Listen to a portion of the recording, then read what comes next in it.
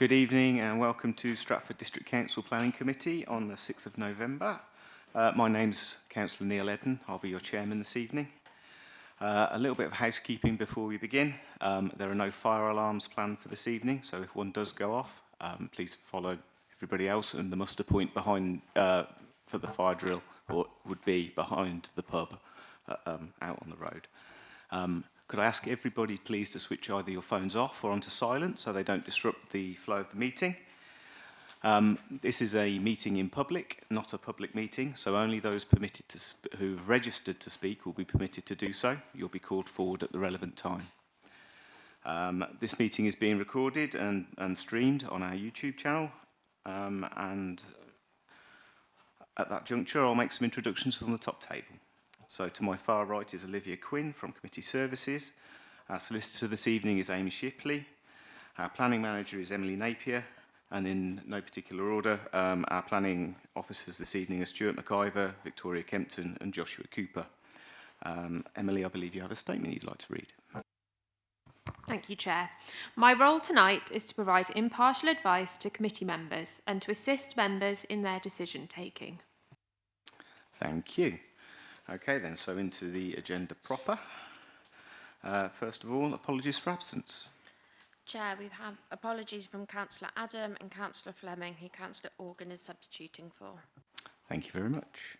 Okay, disclosures of interest then. So I will start. Item 5, which is 240209/Vary Water's Edge in Shipston-on-Stour.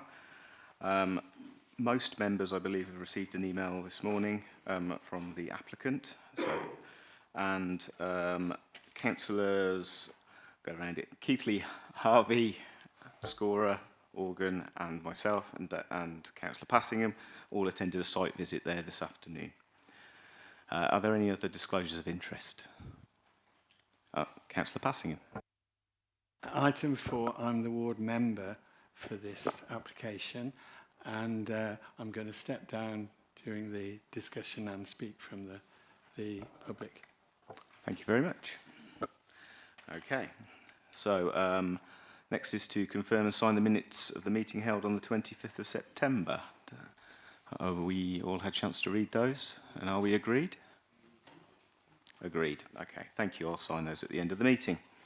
Okay, so on to our first application this evening, item number 4, 2303-228/FUL, the Old Powerhouse, Camden Road, in Shipston-on-Stour. Our presenting officer is Stuart McIver. Stuart, whenever you're ready, take it away. Yeah, thank you, Chairman. Good evening, everyone. So the proposal before members is a change of use of part of a building from a vacant car hire office to a cafe at the Old Powerhouse, Shipston-on-Stour. So you've got the application site denoted by the black dot here within the BUAB of Shipston-on-Stour. And then we have the application site, which is outlined in red here. So you have the town centre boundary, which roughly runs down here, and then along West Street, and then comes down here. You've got the nearest public car park is just here.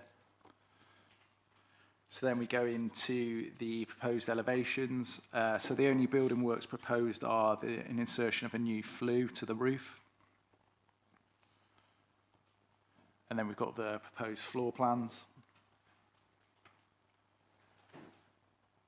And then we just go into some site photos. So you've got a map and arrow next to these site photos, which show, the red arrow is just showing where the photo is taken from. So this photo is taken from West Street, looking south-west towards the application site, and then you've got the existing building there.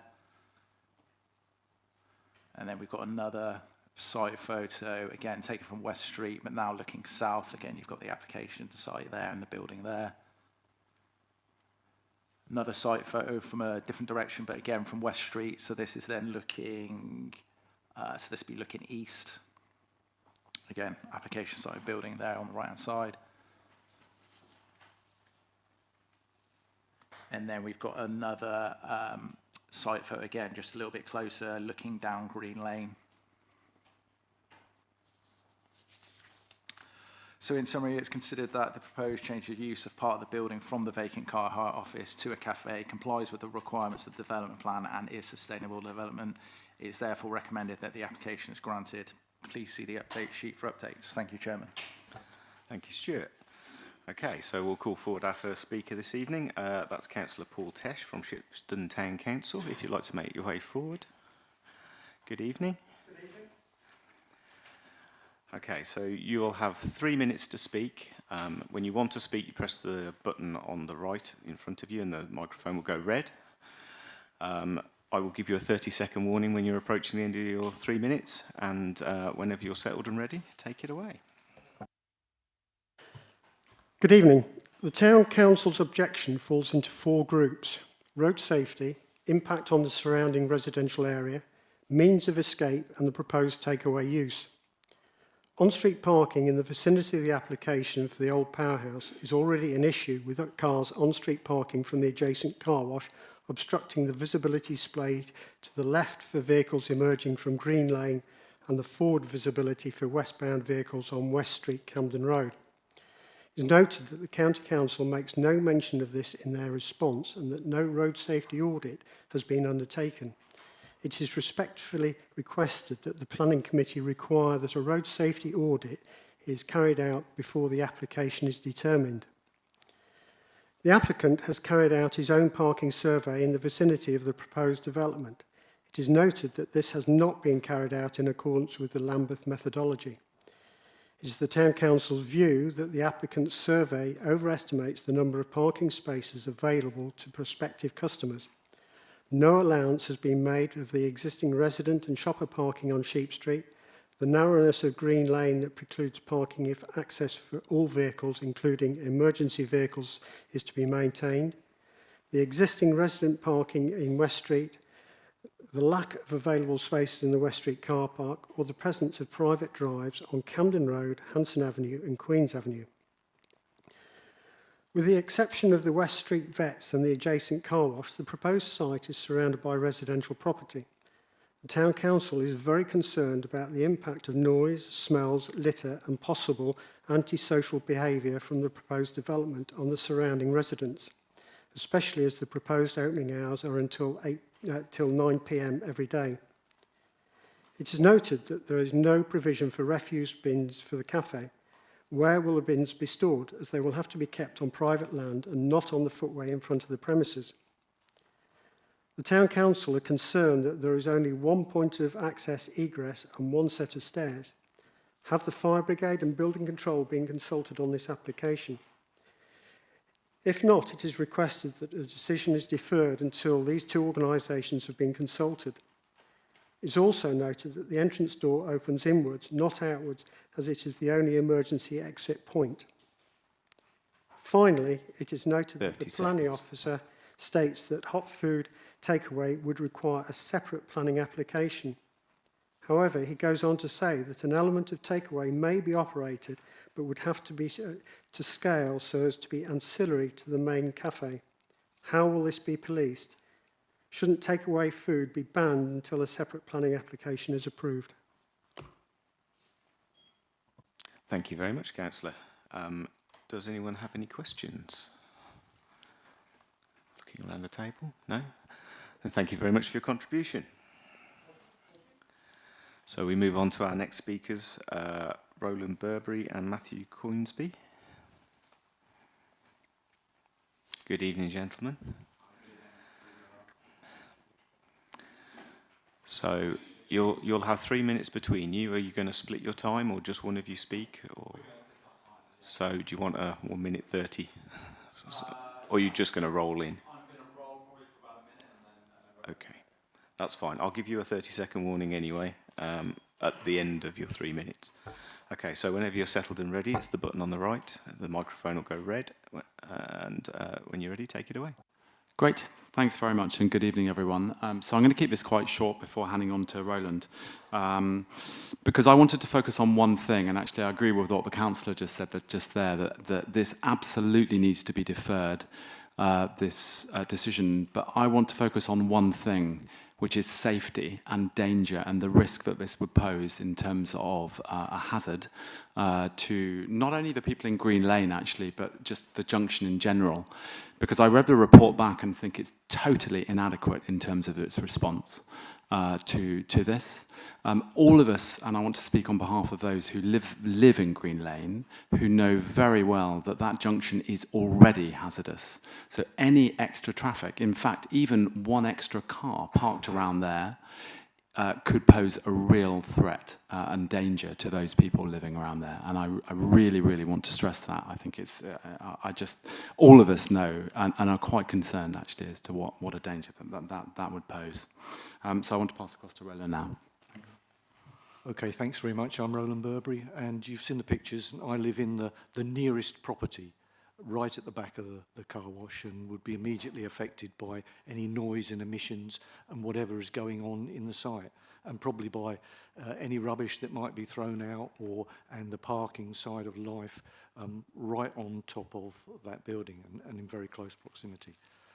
There's been 28 residents that have raised so many concerns and duplicate issues, but safety, emergency exits, a lot of the stuff has been already raised. An area of specific concern that I'd like to mention is the possible use of the building for a takeaway. Clearly there will be an issue with the cafe, and the pizza cafe anyway, but a takeaway that runs and people coming in, coming out, and it would appear in the statement made in the presentation to approve this, that takeaway would be permitted as a side agenda to having the table service. So although it talks about separate permission being required, it doesn't actually state 30 that seconds. in that paragraph. And clearly, we would be more than happy, well, I say we wouldn't be happy, but the reality is that 9 to 5 is a normal cafe, and 9 to 9 is an extended time of operation and would impact on all the residents. And one resident has got a particular issue with being overlooked. And the overlooking is because there are opportunities to do so. Nobody's been in the building for 17 years. Thank you very much. Members, does anyone have any questions for our speakers? Councillor Keithley. Thanks, Chair. Thanks very much for that. I do understand from the photograph, if I could put the photograph back up, please, Stuart. I do understand your concerns about living so close, but I just wanted to talk about safety and the road. So I've not been to site, but I looked on Google Street View, which I think this might be. There are yellow lines on the junction, aren't there? There are already available parking spaces, and sometimes you see people in there. So presumably the yellow lines already support the required visibility at that junction. No, I'm afraid that's not the case. The yellow lines are there, but the reality when you pull up on the junction and you seek to pull out is you've got pedestrians that are crossing over immediately outside of where the proposed cafe is. They can obstruct the view. You've also got school kids that get picked up on the same intersection there early in the morning. When the car wash park, you can see some of the cars there. The car wash parks there, and they're parked in that position. The line of sight from your car when you're sat in it is obscured already by those cars being parked there. They may be further out than where those lines are, but the lines only actually protect the junction. They don't give you any visibility at all. And I know that over the years, other residents have informed me that there have been accidents on this junction, and in fact there may well have even been fatalities on this junction in the past. Thank you, Chair. Thanks very much. Councillor Harvey. Good evening. I don't know whether I should declare an interest, but I was the ward councillor for Shipston North, and the boundary of the ward is the junction of West Street and Darling Scott Road. From a personal point of view, I use the vets on the opposite corner, so I'm very familiar with this particular junction. There is parking space outside the vets in West Street, isn't it? It's West Street.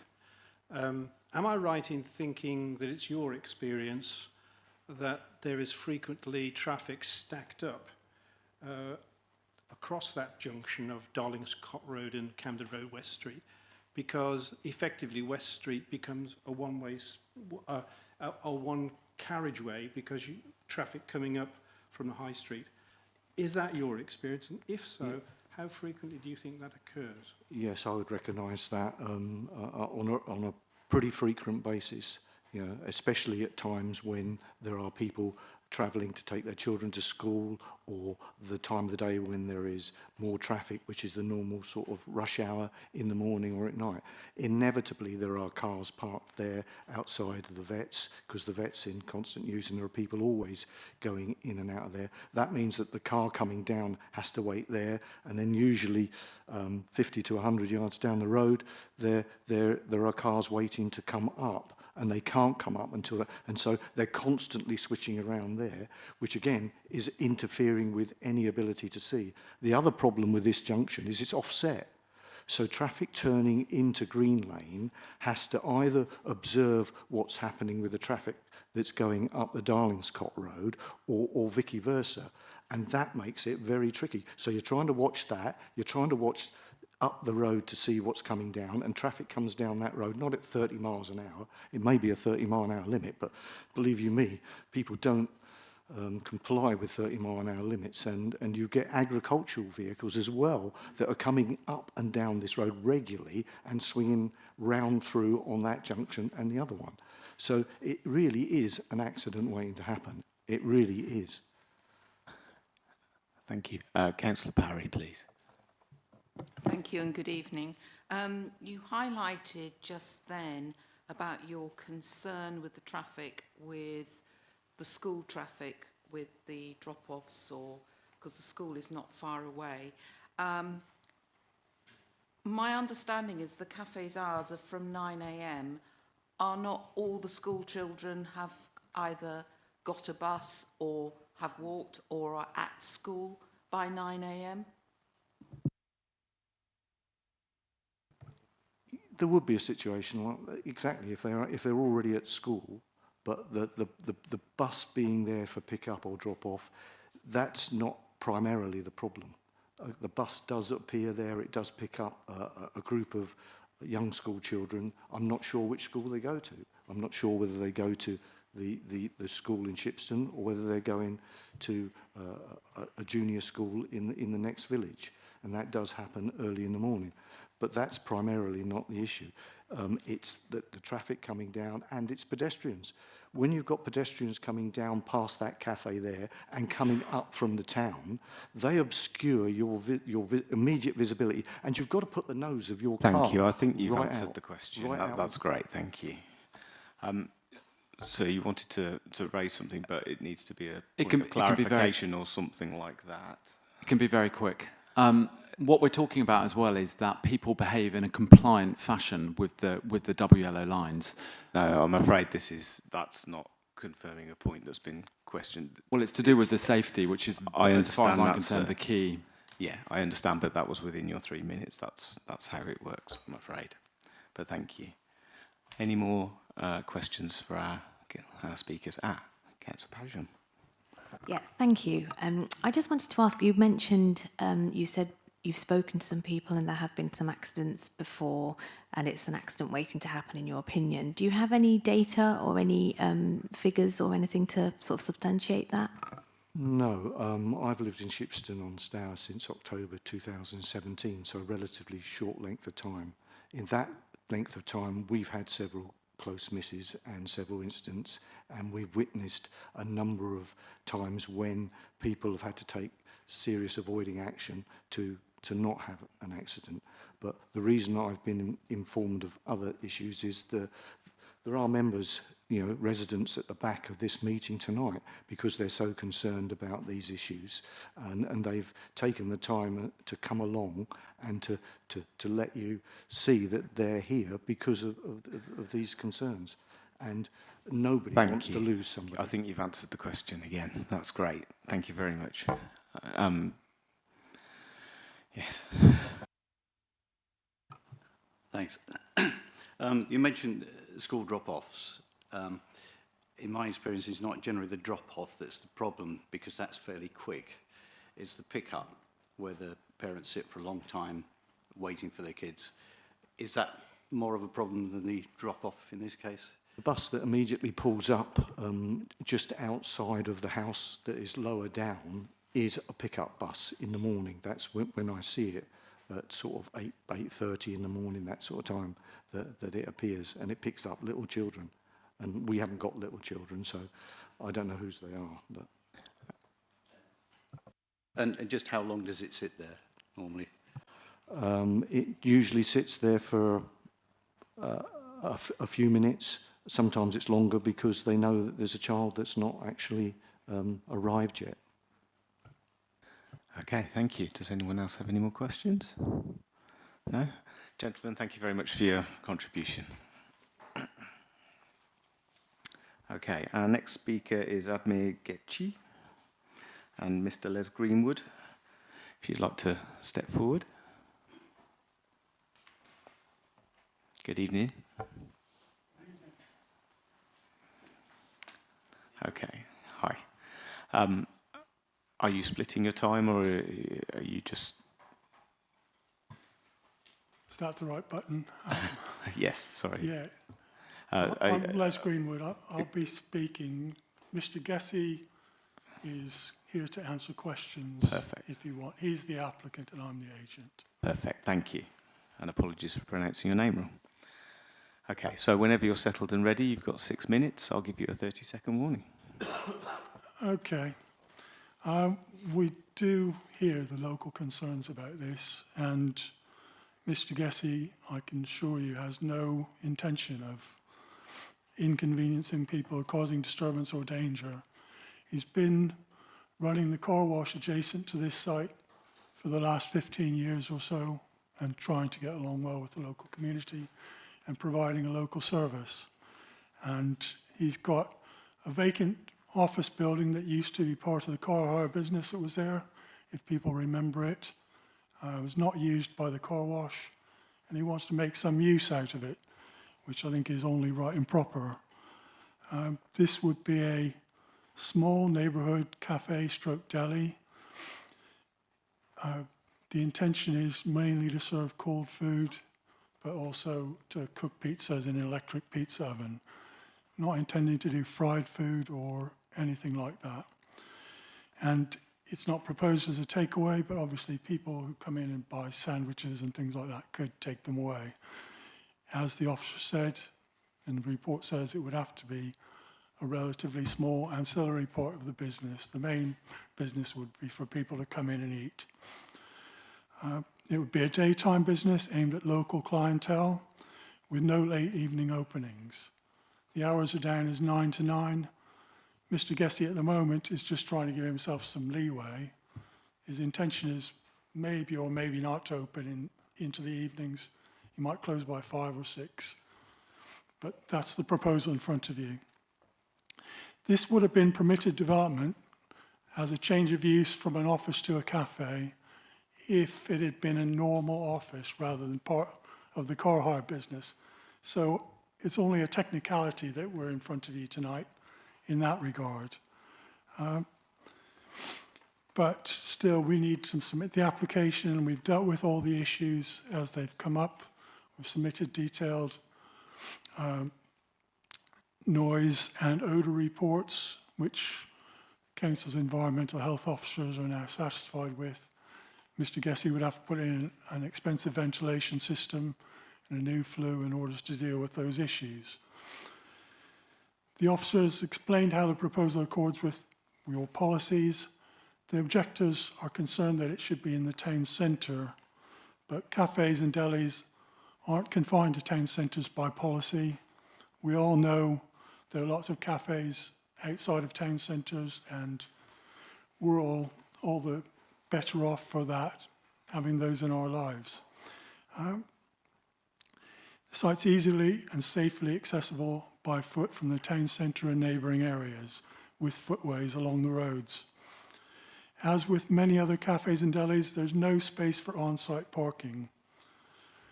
My experience, having been familiar with the site for years and having visited it at different times of the day and evening as part of this process, is that there's always lots of car parking space available on street in the area. And that's borne out by the 4 surveys that we carried out to support the application, which showed a minimum of 74 car parking spaces available at any time the surveys were carried out, during daytime or potential evening opening hours. We heard an objector say that it wasn't carried out in accordance with the Lambeth methodology, which is the sort of general standard for carrying out car parking surveys. In fact, it was carried out very close to the Lambeth methodology, and the list of defects that the objector raised about it were all incorrect, and he could have come to us and asked us about that before he gave you that information here. In fact, the main difference between the survey and the Lambeth methodology is that we looked at car parking spaces within a 200-metre radius, whereas the Lambeth methodology for commercial premises says you should use a 500-metre radius. If we'd done that, instead of finding 74 car parking spaces vacant and available, we would have found hundreds. So we were much more restrictive, really, in what we looked at. The County Highway Authorities looked at the proposal and the objections and finds no parking or highway safety issues here. Their recommendation is that this is fine.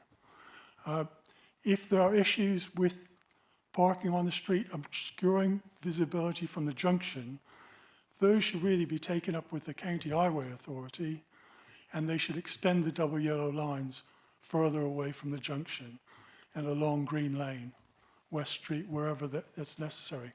It's not really Mr. Gessie's responsibility to ensure that.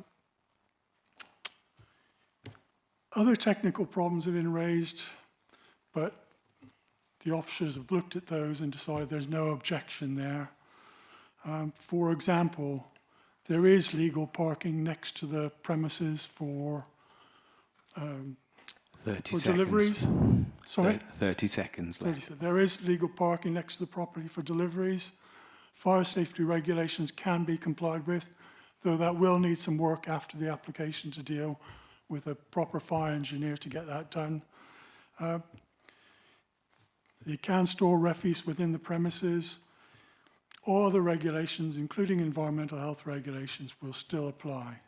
You'll need to This wrap would up bring now, the building please. back into productive use and enhance the character of the conservation area. Economic and social benefits.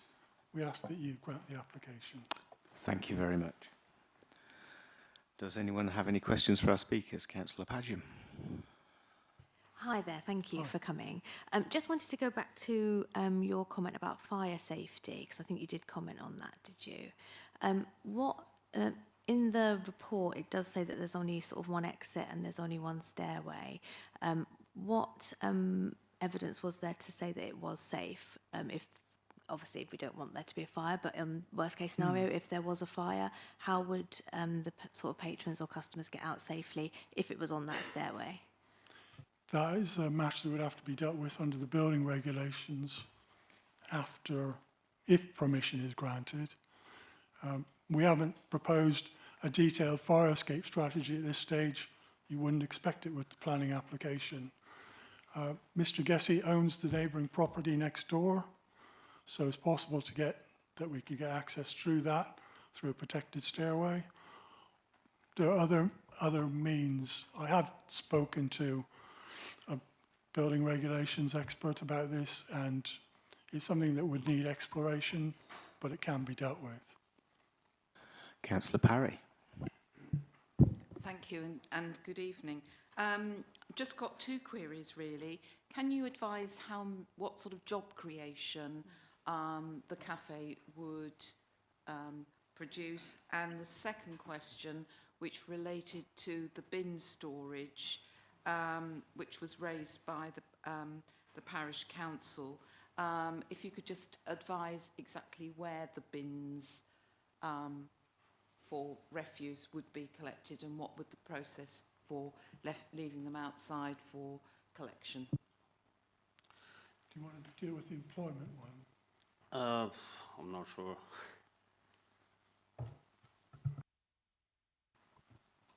I think this is only a small business.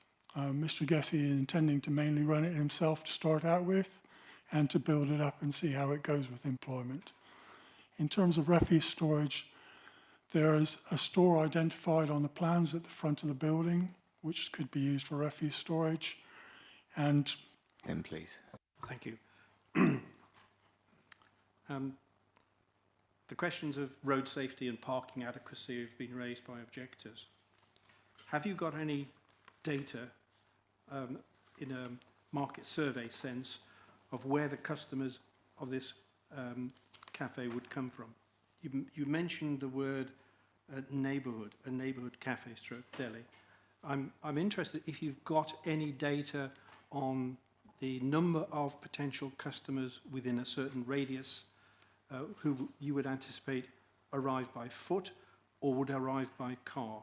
I'm trying to get a sense of whether you've got any data which would support or otherwise the amount of additional traffic and parking this venue might generate.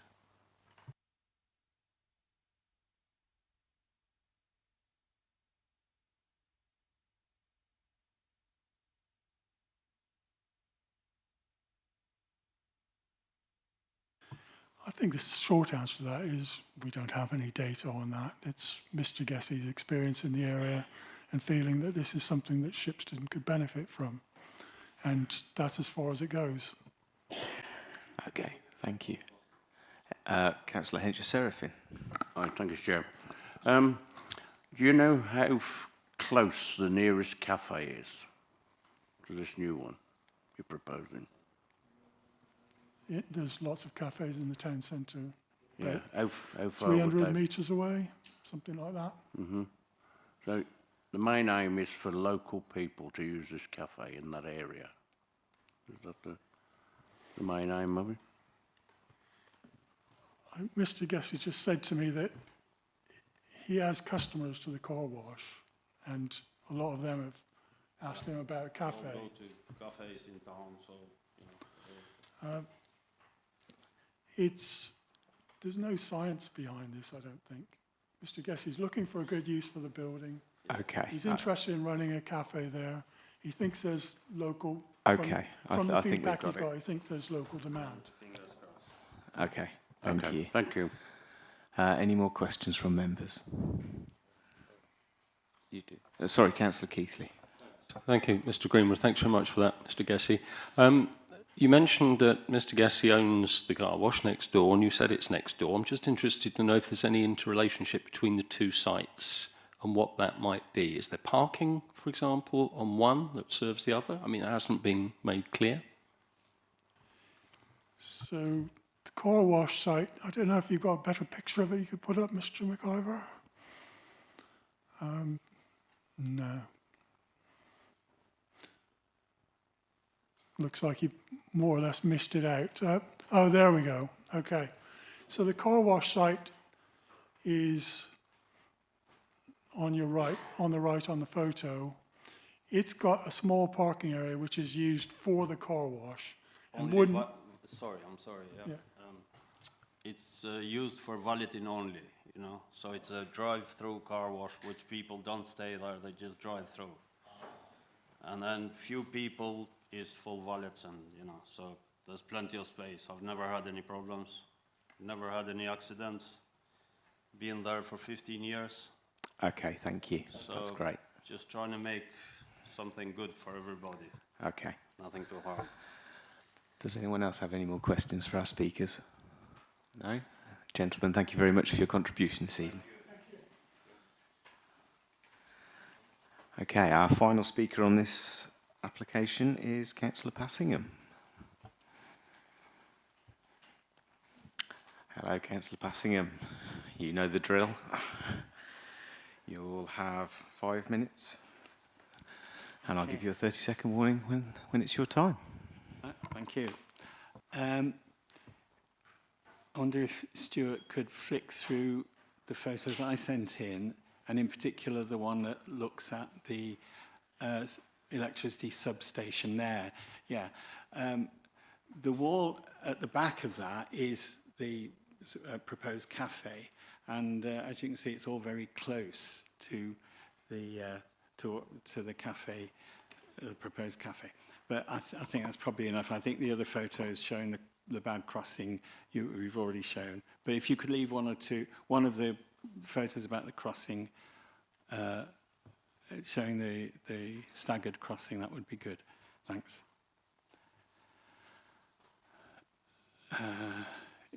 Can you move on a bit? There, yeah, thanks. Right. So this planning application does not comply with the National Planning Policy Framework, paragraph 116D, which states that applications for development should allow for the efficient delivery of goods and access by service and emergency vehicles. For these reasons, there is only one door in and out of the premises, and this opens directly onto a pavement of a busy road. It is only a few yards from a staggered crossroad between Camden Road, Green Lane and Darlinscote Road. Delivery vehicles cannot park near the door to the premises, especially when there's cars, which there usually is, parked just there. And there are double yellow lines immediately outside the premises. Delivery vehicles and customers would naturally turn into Green Lane, which is very narrow and it's very difficult, as I know, to get out of there without driving into people's drives. And there's no turning. Delivery lorries and customers would not be able to turn without entering private drives. It doesn't comply with paragraph 116C either, in that which says it should create places that are safe, secure and attractive, which minimises the scope for conflict between pedestrians, cyclists and vehicles, avoiding unnecessary street clutter and respond to local character and design standards. And the reasons it doesn't comply are many residents already find these crossroads difficult, as you've heard, to navigate. Visibility is restricted by cars waiting an adjacent car wash. Crossroads are on the route to school for children, and there aren't any crossings across Darlinscote Road, as you can see there. And back this way is going into Shipson Town. The crossing you see there, well, the island, is on Darlinscote Road and only goes on this side of the road. So increased traffic and parking near the junction would make their journeys more dangerous. In case of fire, any customers in the building would not have a safe fire escape. There's only one exit. And there are high voltage National Grid electricity substation. It's situated immediately adjacent to the rear wall of the building. This is an additional hazard in case of fire in the building. And Stratford's district's core strategy policy CS9 states the layout of the proposal will be easy to navigate with buildings designed and positioned to define and enhance a hierarchy of street spaces. The proposed development does not comply with this policy because the cafe development falls outside the existing town centre. There is quite a disjuncture between that site and the town centre. There are very narrow roads. The pavement and the road narrows considerably. In fact, they're very narrow roads as you get to the town centre in West Street. There are already sufficient cafes and takeaway outlets in the town centre, which would be a lot more comfortable for most people visiting than coming out there. It would be difficult for customers to navigate across busy road, narrow roads from public car parks. The public car parks are either full, the one in West Street. 30 seconds. From early in the morning, and the car wash next door proposes closing at 5 o'clock. After this time, it's likely that pizza would be sold. So if the application is granted, I would ask that the following conditions apply. Opening hours should be between 9 and 5, and takeaway pizza would not be permitted, or takeaways of any sort, not permitted, especially after 5 o'clock. Right, thank you. Perfect timing. Thank you very much, Councillor. Does anyone have any questions? Councillor Harvey. Councillor Passingham, you quoted CS9. This building already exists, doesn't it? Is CS9 relevant? If so, how? Well, I mean, there would be increased traffic and usage of it. At the moment, it's not being used, and there's already considerable traffic to do with the car wash. CS9's about design, isn't it? Yeah, I'd put this as a design of a cafe. The difference is that it would now be a cafe. Okay, I think the councillor's answered to the best of his abilities. Is there any follow-up from you, Councillor Harvey? Yes. Have you got any data about the number of accidents stroke fatalities on this crossroads? Well, a resident who lives down Green Lane has just told me there has been a fatality there in the past, but I have got no further evidence of that. Okay, thank you. Further question. Oh, okay. You've pointed to the electricity substation. Are electricity substations an inherent fire risk merely by being there? Or if they're not, what's your evidence that there is an increased fire risk simply because there is an electricity substation next door to the site? I would say that, I mean, the wall behind the substation has evidently just recently been put in, and in the last year or two, I understood. It was open before, I'm not sure why, but presumably it might not comply with building regs, and especially in terms of fire resistance. So, but I would have thought if there's a fire inside the building, there would be implications for the substation. So that's just supposition. You haven't got any facts or figures about the number of fires or whether an electricity substation by definition is a fire risk. You haven't got anything, have you? No. Okay. Councillor Parry, did I see you? Yes, Chair. Thank you, Councillor Passingham. I may have missed something through your presentation, but would be really helpful just to gain an understanding of what your primary material planning reason is for refusal for this application. Well, I suppose one of the primary things is it's an unsuitable place for a takeaway, especially after 5 o'clock at night. The primary use for it is obviously going to be people waiting for their cars to be washed to pop in and have a cup of tea. But there are a lot nicer places for them to go in the town centre than that building. And you view that as a material planning reason for refusal? Well, in terms of after 5 o'clock, if it's being sold as a takeaway, there will be a lot of traffic and possibly parking issues there. Okay, thank you. Does anyone else have any further questions? Oh, Councillor Keithley. Yeah, thank you very much, Councillor Passingham. You mentioned that there were a lot of other cafes in the town. And my experience of the town is just some of the streets are quite narrow. And how do deliveries get made to the cafes in town where they are on the road frontages? Well, I think that most of them have parking at the back of that people can go into the precinct, the little driveways into the back of access from the Church Street, I think it would be. But now I'm not absolutely sure about the other ones. Thank you. Okay, thank you. Any more questions? No? Okay, fantastic. Councillor Passingham, thank you so much for your input. Okay, right. So moving on to points of clarification with our officers. Does anybody have any? Councillor Harvey, straight in. The issue of a road safety audit has been raised by Councillor Tesh. Is that required? Has it been sought? If not, why not? Is there other information we should have in order to come to a view about potential road safety risks? So in summary, it hasn't been sought from ourselves.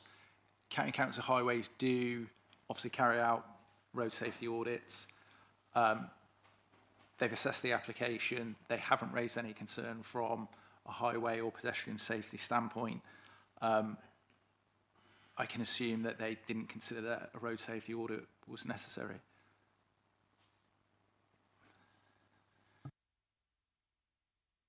Okay. Councillor Scorer. Thank you. Could you just put the slide up of the internal layout of the cafe, please? It was just a bit quick. I just went over. Thank you.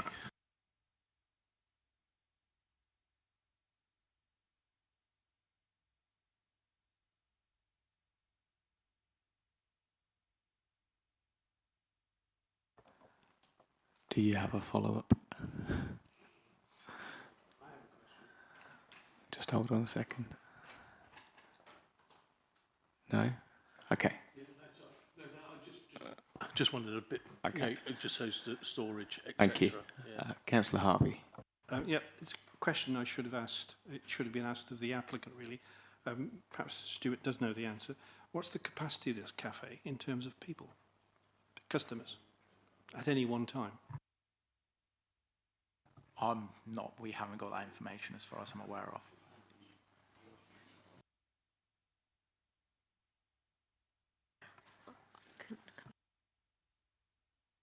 Yeah. Emily. I think capacity is a difficult question in planning terms. Often the capacity of a building is something that is looked at in terms of building regulations, so it's not something that we would necessarily be able to consider at this stage. Any more points of clarification? Councillor Keithley? Yeah, please, just a quick one. We heard that Councillor Passingham quite forcefully stated that, in his opinion, this proposal didn't comply with the NPPF, and he quoted some sections. 116D. Thank you. 116D. In your conclusion, you state that you believe that it does comply with the National Planning Policy Framework. Can you just give me the confidence to know that you're absolutely right and that perhaps your interpretation is the correct one for me?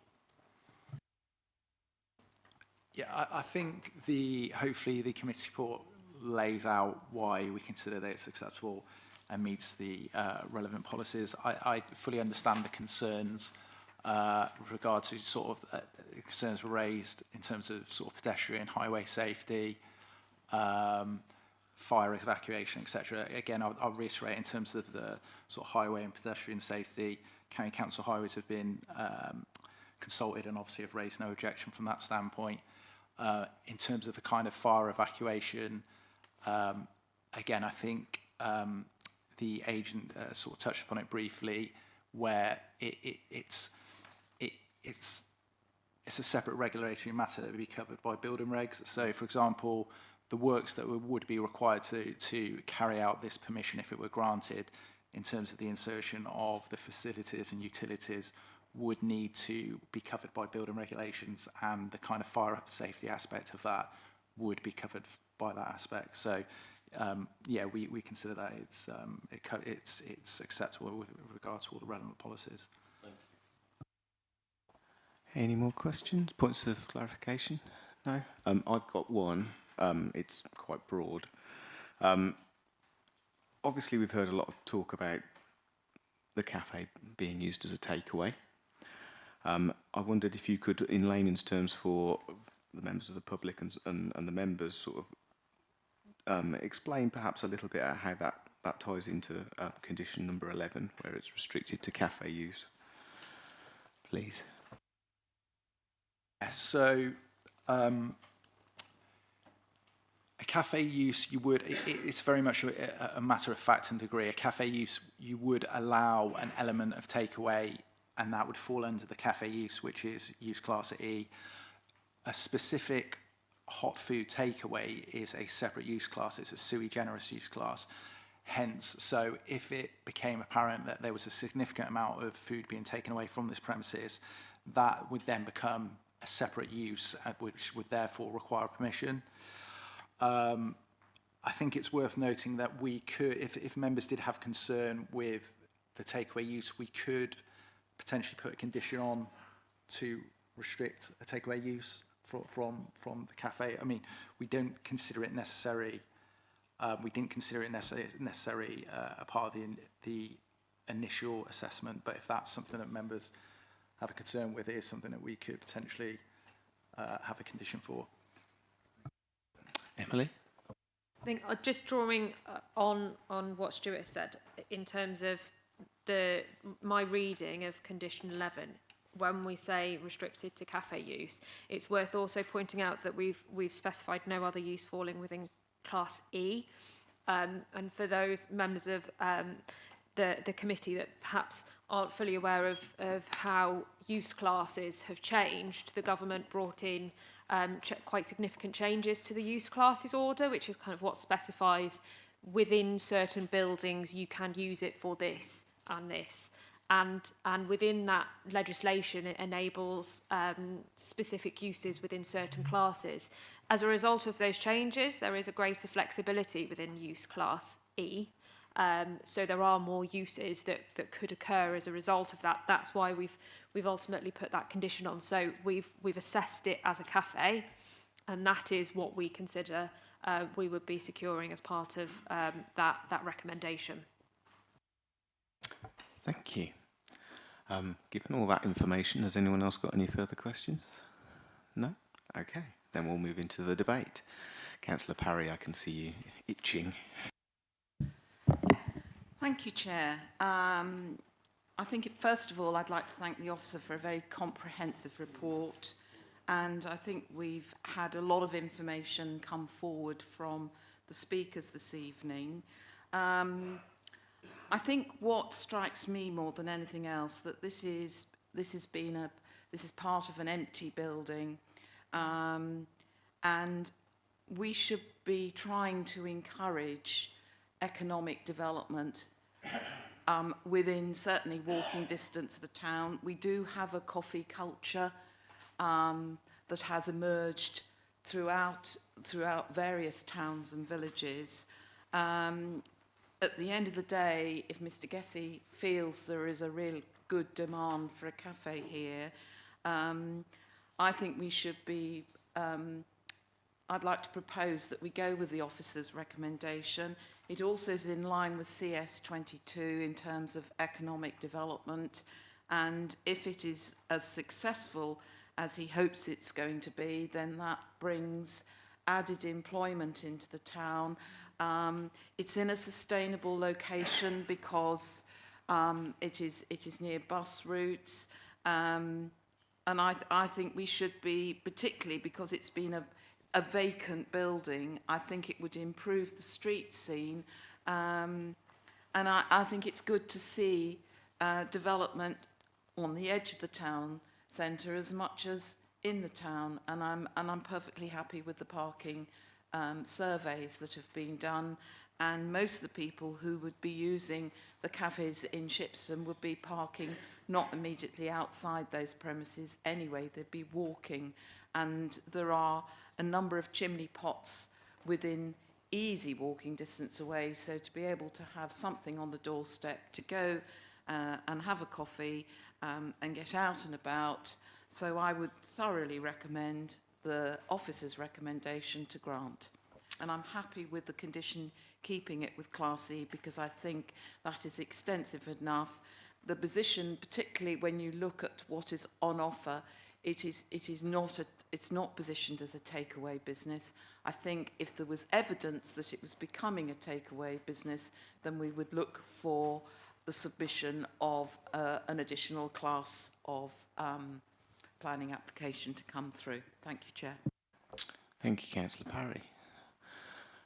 Oh, Councillor Padgham. Yeah, thank you, Chair. I'd just like to say that I agree with Councillor Parry's sort of sum up of the issues. It was also interesting to hear that highways, obviously they're the experts in road safety and they did not recommend a road safety audit. So I'm probably happy with that the findings of that as well. And I'd like to second Councillor Parry's proposal to go with the officer's recommendation. Thank you very much. Does anyone else? Oh, Councillor Hedges-Serafin. Yes, thanks, Chair. Yes, I'm in favour of this application. For a cafe, it brings local people together where they can go and have a chat and coffee and something to eat. And to have redundant buildings is never any good. So, thank you. Thank you, Councillor. Councillor Harvey. I'm broadly in support of that for different reasons. I don't think it was mentioned in the papers that the applicant owned the car wash next door, unless I missed it. And I can quite see this cafe being an adjunct, a successful adjunct to, as a waiting room, in effect, to the car wash business. My personal view is that it won't generate a significant amount of additional vehicle traffic because it's in not a very good position. It's nowhere near the centre of the town, and anybody coming to the town is, from my experience of living close to Shipston, is people will go into the high street and park in Sheep Street or Telegraph Street car park, whatever, and they'll wander around the shops and they'll go to Mrs. Brown's, the cafe, etc., etc. They won't walk up past Clark House to the crossroads to a cafe that's out of town. It doesn't hang together with anything else. However, it may well be that there's a local clientele from residents who live close by who would like to use a cafe, but my view would be they will know the difficulties of the crossroads and they will know the difficulties of parking in the area, and if they want to use that cafe, they will arrive by foot. So we're faced with a report where the environmental health, no objection from highways, we've got an officer recommending approval, we've got Councillor Parry pointing to the economic benefit, and Councillor Hedges-Serafin talking about not having redundant buildings. If this has been empty for 17 years, on balance, I'm quite happy to go with the idea, if he can make a go of it, fine.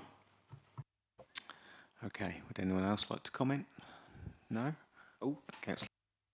Yeah, thanks very much, Chair. Well, first of all, I'd also like to echo what Councillor Parry said about the report and also the opportunity to ask so many questions and find out much more about this application and satisfy ourselves with it. I can understand why local people, having had an empty building for quite a long time, are concerned about extra cars and people in that vicinity, and I do empathise with that. However, it is an empty building. It is walkable from town. The applicant has shown that there is adequate parking. I can see on-road parking. The junction isn't great, I admit that, but that's not the applicant's fault. That is a highways issue, and highways haven't raised any objections to this. So I think, on balance, I feel comfortable that it will provide a new facility in that part of town next to this existing business, and at the moment it's empty and derelict, and I would rather see some economic benefit coming from it. I think that in the long run will prove to be probably a good thing, even though at the moment residents feel it might not be. I think let's hope that their minds are changed. I'm minded to go with the officer's recommendation. I can't think of a single planning reason to go against it.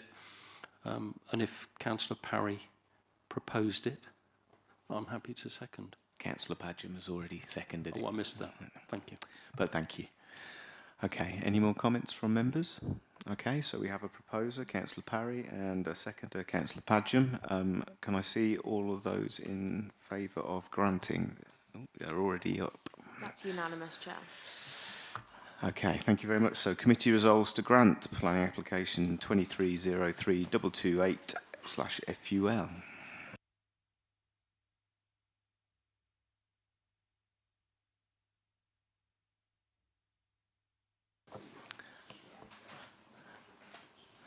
Okay, so moving on to our next application, we'll just change our officers.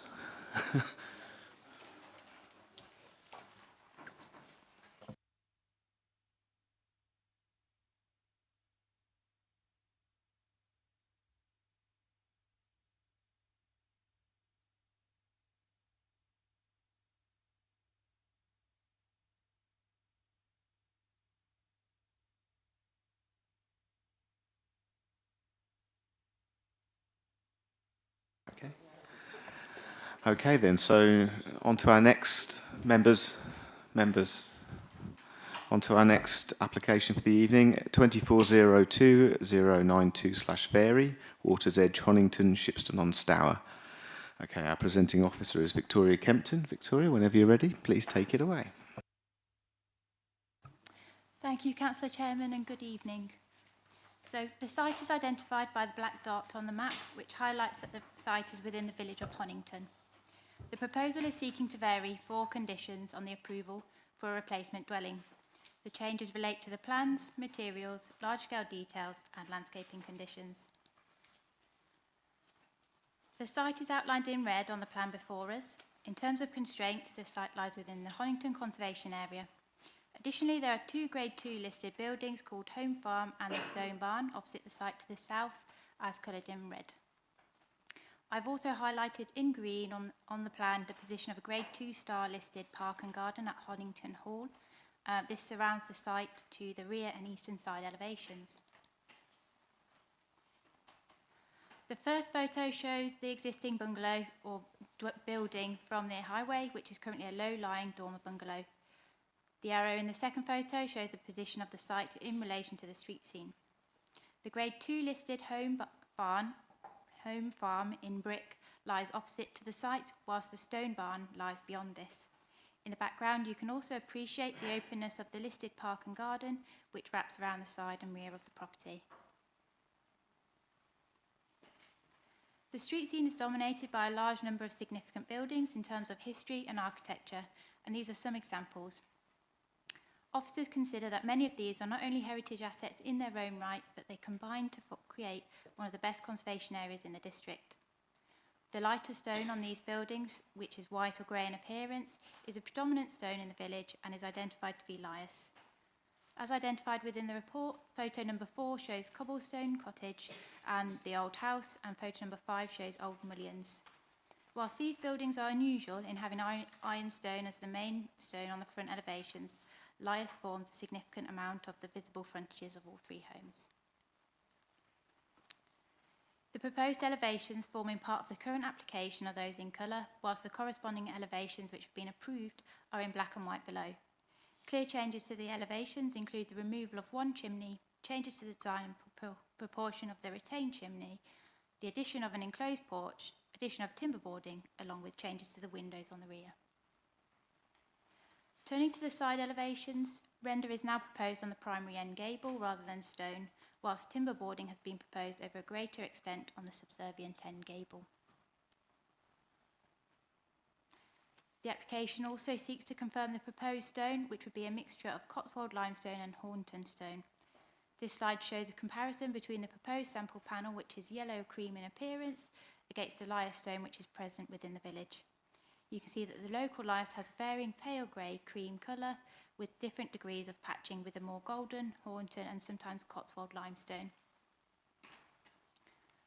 Finally, this slide shows changes to the landscaping scheme, which mainly concern the position of the dwelling, addition of stone retaining wall, paving and gravel. My closing comments are that the application is recommended for refusal for the reason listed in the committee report. There are a couple of updates on the update sheet as well. Thank you, Chairman. Thank you, Victoria. Okay, so we'll call forward our first speaker this evening, who is Alison Morris, Chair of Honington Parish. Good evening. Okay, so once you're settled, press the button that you've pressed, and you'll have 3 minutes, and I'll give you a 30-second warning. Thank you very much. As Chair of Honington Village Meeting, I represent the views of the villagers and residents of Honington. Many of the points that I made when I last spoke to you are even more valid now. Once again, I spoke to over 40 residents, and once again, there were remarkably unanimous and frequently quite strongly voiced opinions. Firstly, that contrary to the views of the planning department, the current dwelling is not considered to be neutral in its impact on our conservation area. It is a shallow bungalow with a prominent roof, which is described as resembling an upturned trough. It is universally perceived as very unattractive, to be built of poor quality materials, unsympathetic with the rest of the village, and all too visible behind its cob wall. The village is very supportive of the statement of the determination report that a replacement dwelling represents an opportunity to create a lasting improvement to this conservation area. Secondly, while fully supportive of this statement, the village disagrees with the later statement that the proposed design and materials would detract from the setting of the Grade 2 listed buildings opposite. In particular, the residents of these very buildings, which indeed face Water's Edge, strongly disagree and support the application. It seems that the proposed dwelling is thought to be harmful. This is a view with which the whole village strongly disagrees. Unanimously, people consider it's a significant improvement, particularly when compared to the current building, and that it would be highly beneficial to our street scene. In Honington, we enjoy a rich variety of both architectural styles and building materials that have enhanced the environment over many centuries. The proposed design is considered to be very sympathetic, and Cotswold stone is present in both the houses which flank Water's Edge and is listed in the Stratford District Council's character map. The concerns about the rear elevation are not shared by the village. I have viewed from the field, and you will have seen photos of the other houses which back onto this parkland. This proposal is more traditional than many of those existing, which are of very varied character and have significant amounts of glazing and are not in the vernacular. There are almost no public views of the proposed rear elevation, which has been 30 seconds. Which has been fully approved by the landowner of Honington Hall. I was unable to canvass the views of the sheep and cows, which enjoy the pasture. Nobody else does. In summary, in the spirit of localism, I would ask that you give significant weight to the opinions of the residents of Honington. It is they who will live with this new house, they who have invested in their own properties, and whose views should influence your decision. Thank you very much. Perfectly on time. If you'd just like to stay and see if members have got any questions for you. Thank you. Members, does anyone have any questions? Well, that went well, didn't it? Oh, no, Councillor Harvey, fantastic. You make reference to the use of Cotswold stones on the two adjacent properties. Yep. The officers in their report state that there is no dwelling, there's no residence in Honington that is constructed solely of Cotswold stone. Is that a statement that you find to be true or not? I have been informed. I've been informed by Mr. Chambers via his advisory stone work specialist that the one on the right, which is Stable Cottage, is fully made of Cotswold stone, and that the one on the left, which is the old forge, the more modern extension, is completely made of Cotswold stone. So there's either side of the proposed house. Do any other members have any questions? No? Okay, well, I do. You've talked about the residents and how they feel about the this proposed change, and obviously that's versus what they can see now of the bungalow. Just wondered how they feel about the proposed change versus what has already been approved earlier, and this is seeking to vary.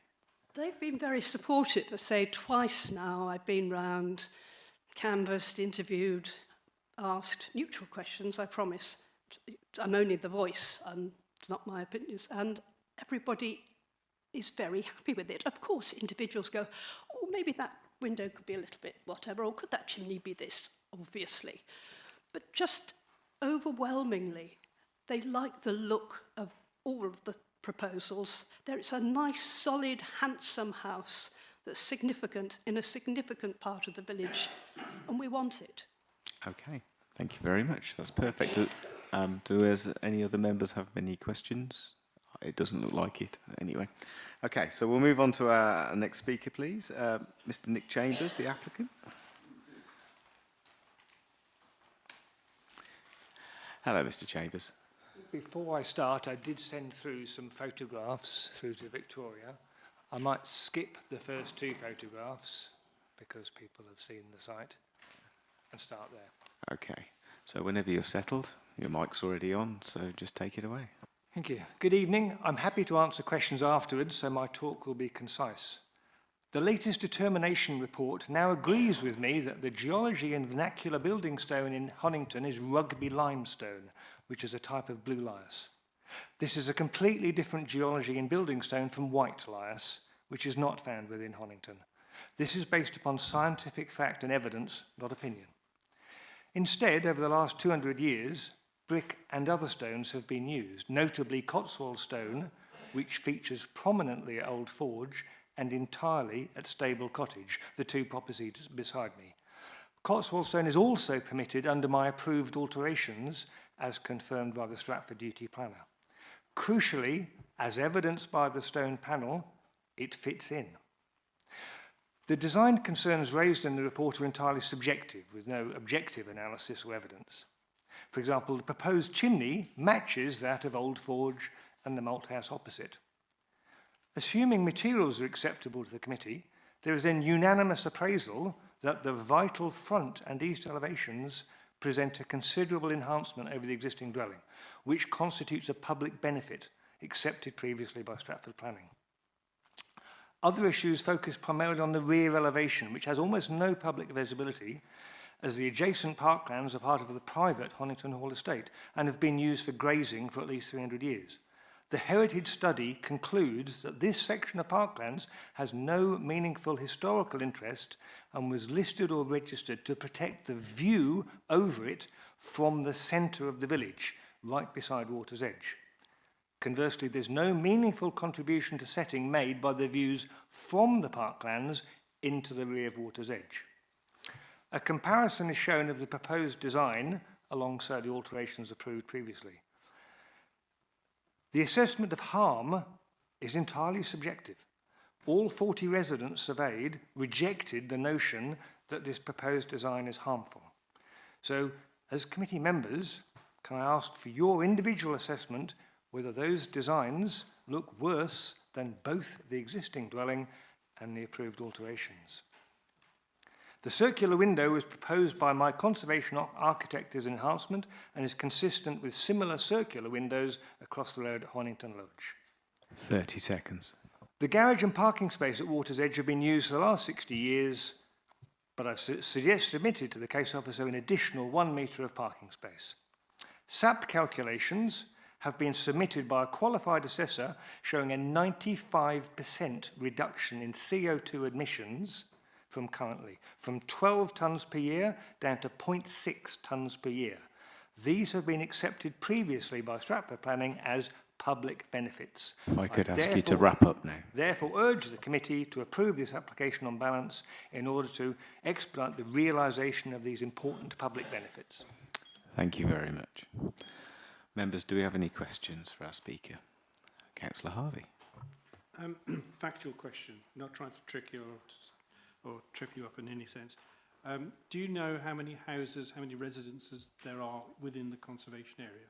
And the reason, before you answer, you may not know, before you answer, the reason I'm asking that question is because I'm trying to weigh up in my own mind the extent of the use of existing use of Cotswold stone, and what you're pointing at, or what the previous speaker pointed out, was that there are two buildings, one which has an extension which is made of Cotswold stone, and the other makes more extensive use of Cotswold stone. I'm trying, in my own mind, I'm trying to set that in the context of the village as a whole.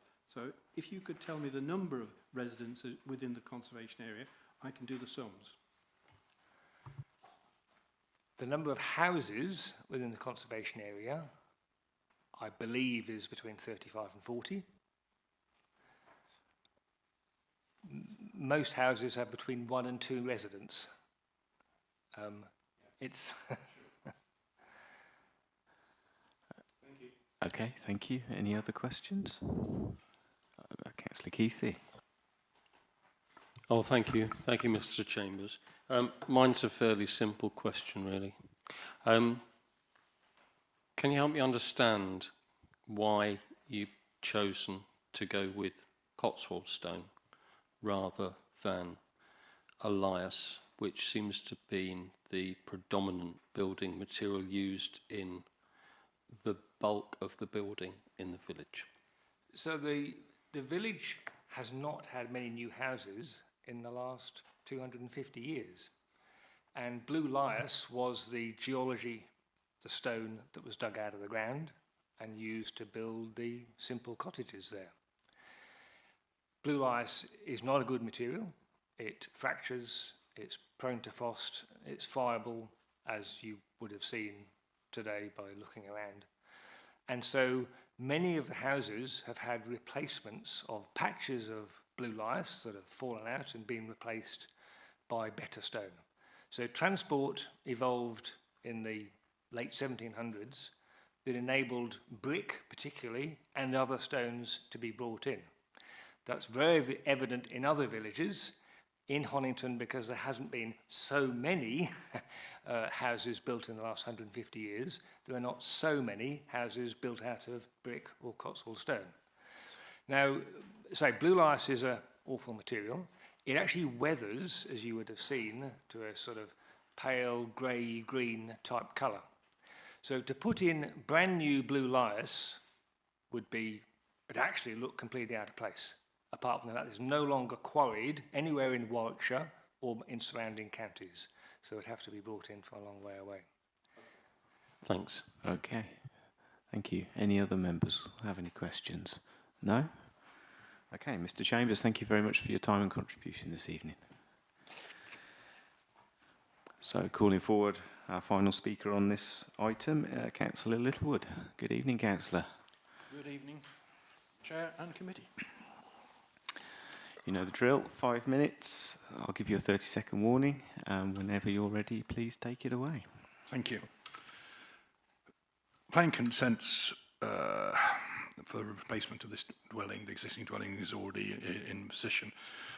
And this is a response, the variations are in a response, as I understand it, to the suggestions by the officers with regards to design of adding features on the rear gable and hence the round window.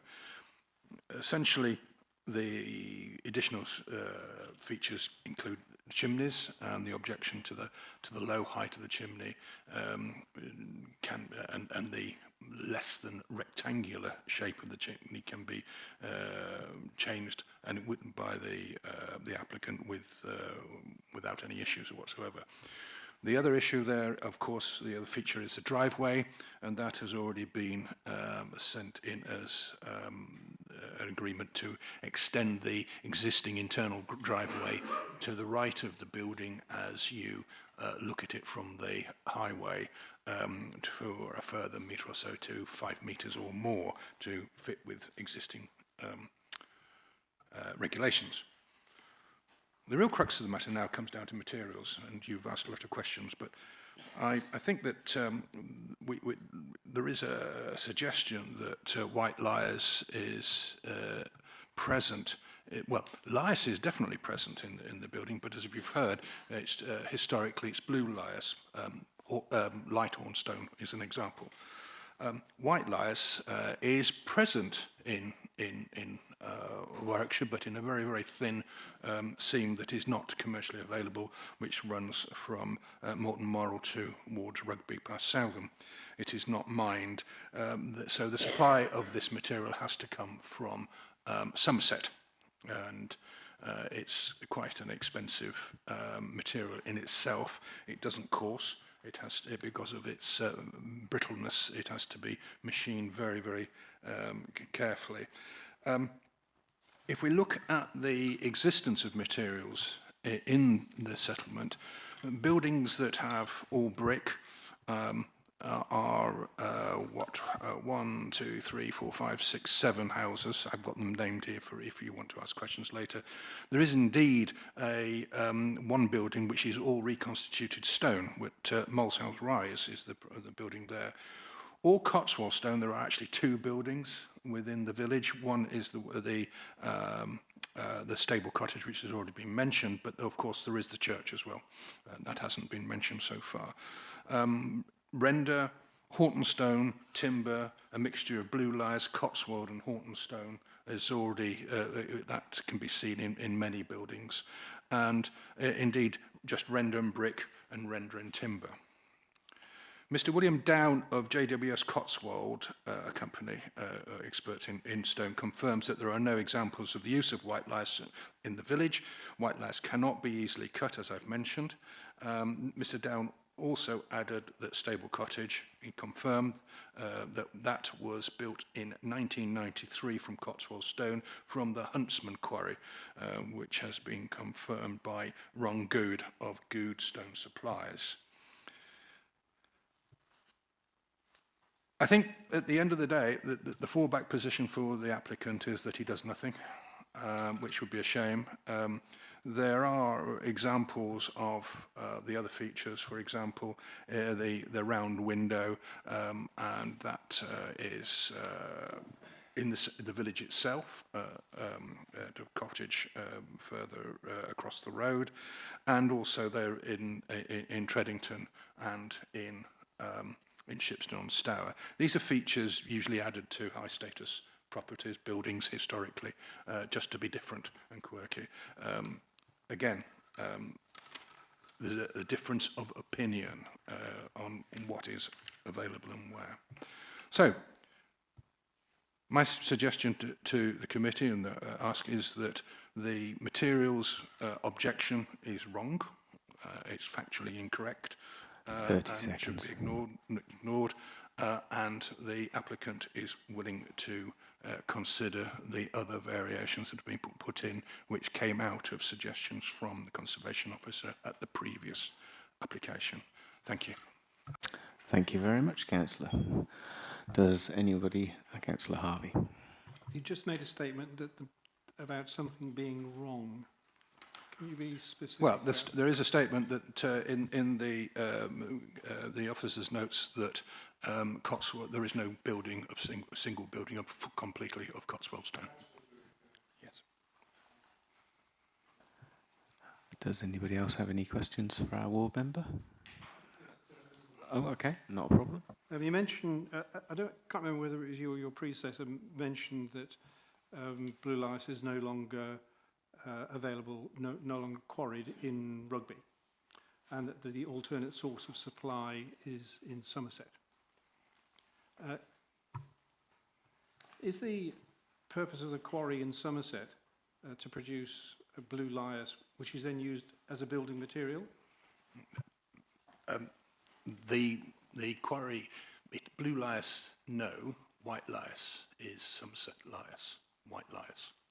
And that is quarried in Somerset, and that is what is being suggested as the material to be used for this application. White lias, not blue lias. Members, any more questions? No? Then Councillor Littlewood, thank you very much for your time this evening. Okay, so we'll move along now to points of clarification with our officers. Does anybody have any questions? Oh, you have? Yeah. Councillor Keithley. Thanks, Chair. Yeah, it's we had a geology lesson today, didn't we, when we walked around? So I know a little bit about stone, but not enough, clearly. White lias, that's what was existing permission is based upon. Is that right, Victoria? So the stone hasn't been approved for the original submission. Okay. That's why we added the condition for the sample panel. Right. And as part of this application, it's seeking to discharge that condition. So hence why we now have a sample panel. I've got it now. Thank you. Yeah, I was just a bit confused as to was it to be white lias or not. And in fact, the stone had never been identified. It was always going to be stone, and that was a sort of a reserved matter. A stone wasn't agreed, so we added the condition on to agree the sample panel at a later date. Right, okay, that is helpful. Thank you. Councillor Harvey.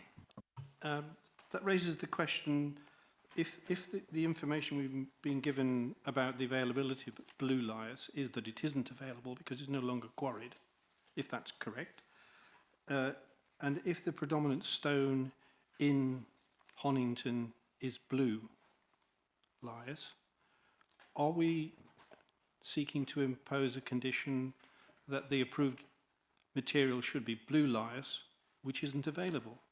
Have I got something wrong there? So I've mentioned in the report that blue lias is monotone in colour and wouldn't be appropriate in this location, or modern blue lias. So what we're looking for is either a lias which represents the stone in the vicinity, which officers do believe is available and has been used recently in the district, or another Cotswold stone which again reflects the textures, colour and appearance of the stone in the vicinity.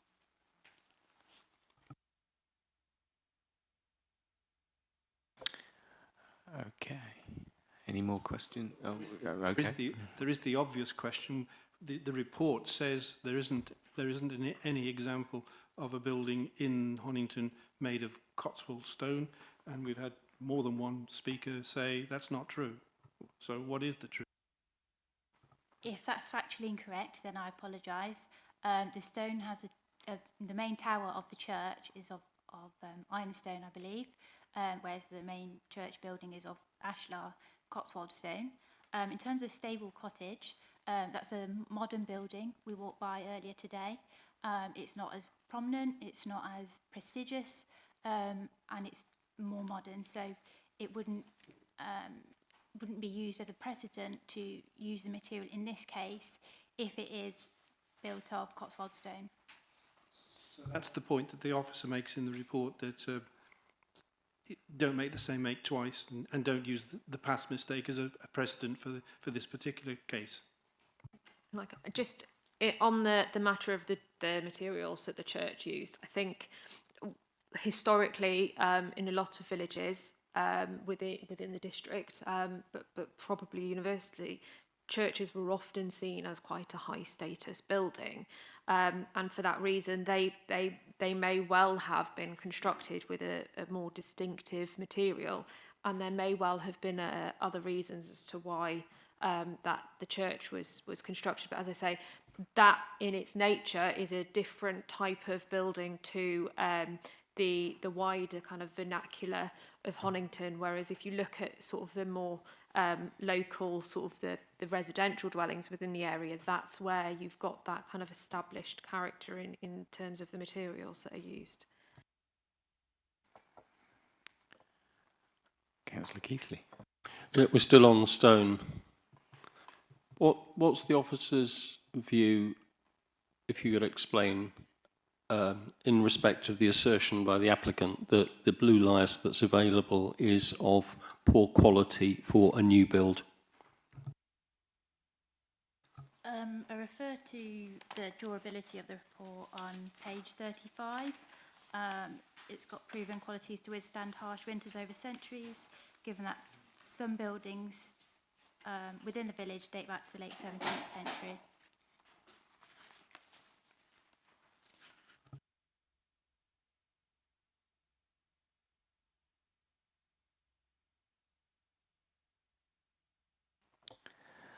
Okay. Councillor Harding. Looking at the photographs here, we've got a fairly eclectic mixture of building styles and materials. We've got brick with cornerstones, we've got stone with mullions, we've got render with mullions, but I'm a bit colourblind, but it all seems to me to be on a scale from sort of yellow to red. How does blue lias fit in with it and Cotswold stone doesn't?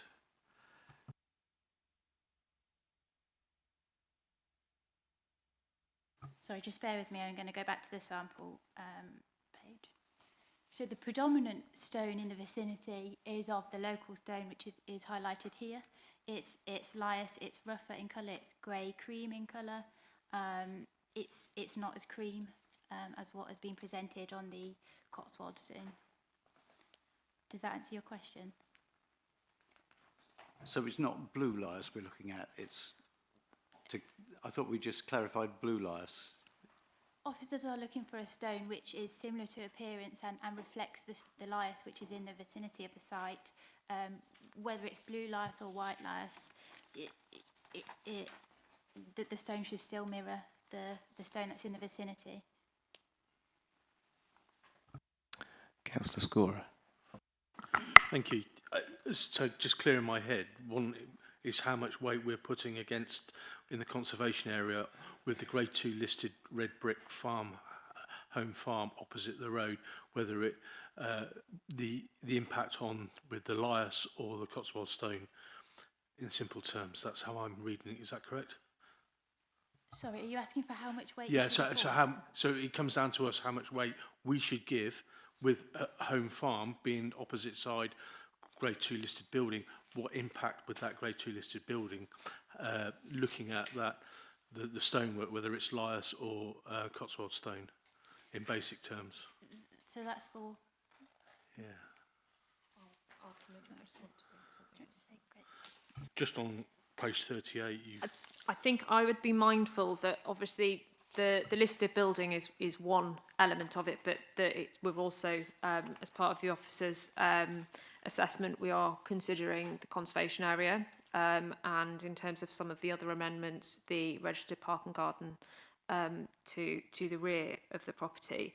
What I would remind members of is that the Planning, Listed Buildings and Conservation Areas Act places a statutory duty upon local authorities to have special regard to the desirability of preserving heritage assets or their settings. And insofar as that, where it's been tested in case law, it means that we have to pay special attention to the desirability of preserving and enhancing that character and appearance of listed buildings and the conservation area. So within that, we generally would give great weight to the importance of the heritage and the character. Thank you. Councillor Harvey. Thank you, Chairman. Mr. Chambers gave us his estimate that there is 35 to 40 houses, residential premises in the conservation area. Can you tell us what number of those houses, or whatever number you think it is, are predominantly built of a lias, either white or blue? I'm trying to get into if there's one house out of the 35-40 which is built of Cotswold stone and it's a modern, that's one thing. But I did walk around and I did count. No, I didn't count. I did observe, but I didn't count. So I'm trying to get a sense of how predominant or otherwise a lias stone is in residences in Honington.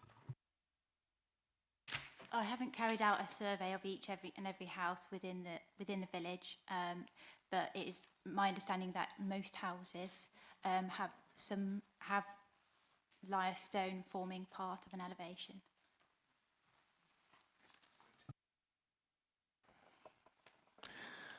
Okay, thank you. Any more points of clarification, Councillor Keithley? Well, it is a question still about the stone.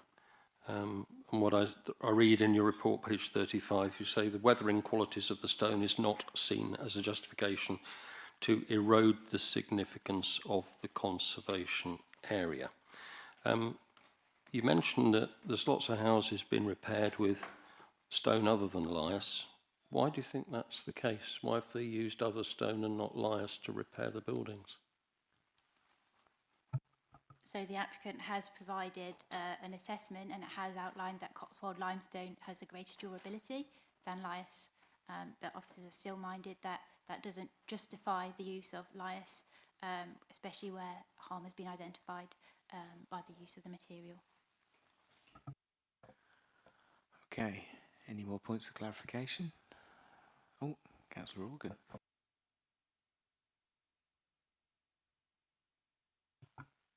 On that. Thank you, Chair. Through you, if I could ask where the nearest places that you can obtain lias stone from?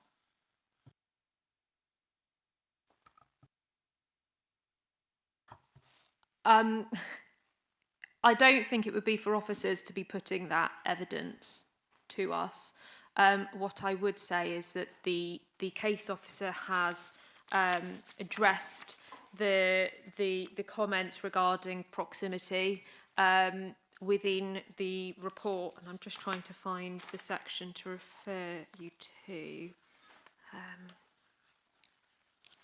If you can hold on 2 seconds, we'll find it so we can just refer.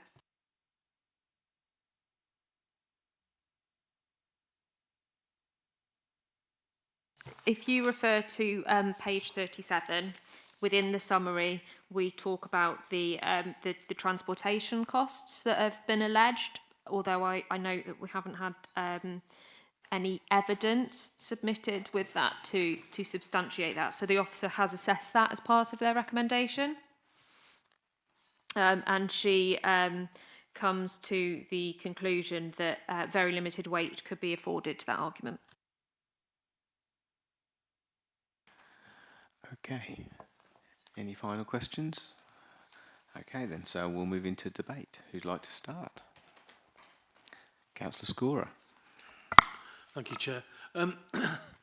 For me, I'm just looking obviously at the stones and where we are in the district. We're especially around Honington and around the other local villages. It's almost like a crossroads. So you've got Cotswold stone is used, you've got Hornton or sandstone that's used, and blue lias as well. And walking past, you don't see many houses built out of blue lias these days because it's not a brilliant material. So for me, I've seen the panel. I think it would, for me, the Cotswold stone, the panel what they've used, I don't think it would have any harm within the conservation area. Thank you, Councillor Scorer. Anybody else want to join in the debate? Councillor Harvey. Okay. This is an application in a conservation area. The object of the legislation is to ensure that the area is conserved. We've got a report from a conservation officer who thinks that this building will be far more prominent than the building it replaces, that there's a strong use of lias within the conservation area, and even on the numbers we've discussed this evening, if it's 15 out of 35 or 40, that still makes, in my mind, that makes it a predominant material. For my sins, I used to work in a building for nearly 20 years, which was a Grade 1 listed building, and I know from personal experience the importance that conservation officers can attach to original materials. In this particular instance, the question we have to debate is there is limited precedent for the use of Cotswold stone in this conservation area. There is predominant use of lias. We've got a conservation officer who is saying this will be a prominent building and that it would be incongruous, he uses the word more than once, for this building to be clad or to be built of Cotswold stone. He doesn't actually say this is the wrong colour, but that's what I take him to mean. We have to, the planning manager has reminded us of our statutory responsibility. I never know whether it's special regard or special attention. It's listed building conservation areas. But we have to give additional weight, so to speak, to an application in a conservation area. We've got a firm view from the conservation officer. We're told that the supply of the stone is available. It may have to come from Somerset or it may come more locally, but it is available. It is not unusual for listed buildings to be repaired in original stone, regardless of whatever modern developers or builders think of that material. It does happen. It is required commonly. I'm finding it difficult at the moment not to go along with the conservation officer's recommendation, because to do otherwise would be to ignore a very strong plea or a very strong statement and case prepared by somebody who's experienced in the matter, far more experienced than I am. Thank you, Councillor Harvey. Councillor Passingham. Is it a conservation argument that locally available stone has always been used, locally available, and the most cost effective presumably because brick has been used, and then to be patching it, Cotswold stone and I think different stones have been used. Is that a conservation argument in terms of developing the character of the village, just locally available stones have been used, and at the moment Cotswold stone is probably the best local stone to use? In simple terms, no. I wouldn't say that that would be, because obviously in terms of your assessment, you are assessing whether the development preserves or enhances the character of the conservation area. So what our conservation officer has assessed is that part of the intrinsic character of that conservation area is that the local vernacular and the materials that they have used. So I would say no, that wouldn't be something that you would be considering in terms of your assessment of heritage. Councillor Organ. Thank you, Chairman. Villages are evolving entities, and it's right that they are conserved, but also they are places that people live in, and they are places, as I said, that evolve over time. And you see it in Huntington with, you have some timber framing in there, you have lias, you have Hornton stone frontage with lias at the back. We see that quite clearly with the expensive stone at the front and the more reasonably priced local stone as it was then at the rear. You have Cotswold stone, you have brick, you have all number of different materials that make up this conservation area. The point about the lias is that when it was used, it was the local stone. But it doesn't seem to be that it's the local stone anymore. So is conservation about actually almost pastiche, or is it actually being complementary and supplementary and actually ensuring that the village will evolve? I think it's just the front of this building that's proposed to be in Cotswold stone, but I may be mistaken. And there is actually in front of the building a very prominent wall that is, what's it made of? Cob, that's it, which is actually the most prominent item in the street scene with this building, whether it's an old bungalow or a more modern house. So I think, on the balance, I would be in agreement with allowing this. Is that a proposal? Yes. Okay, we'll need some strong planning reasons to go against the officer's decision.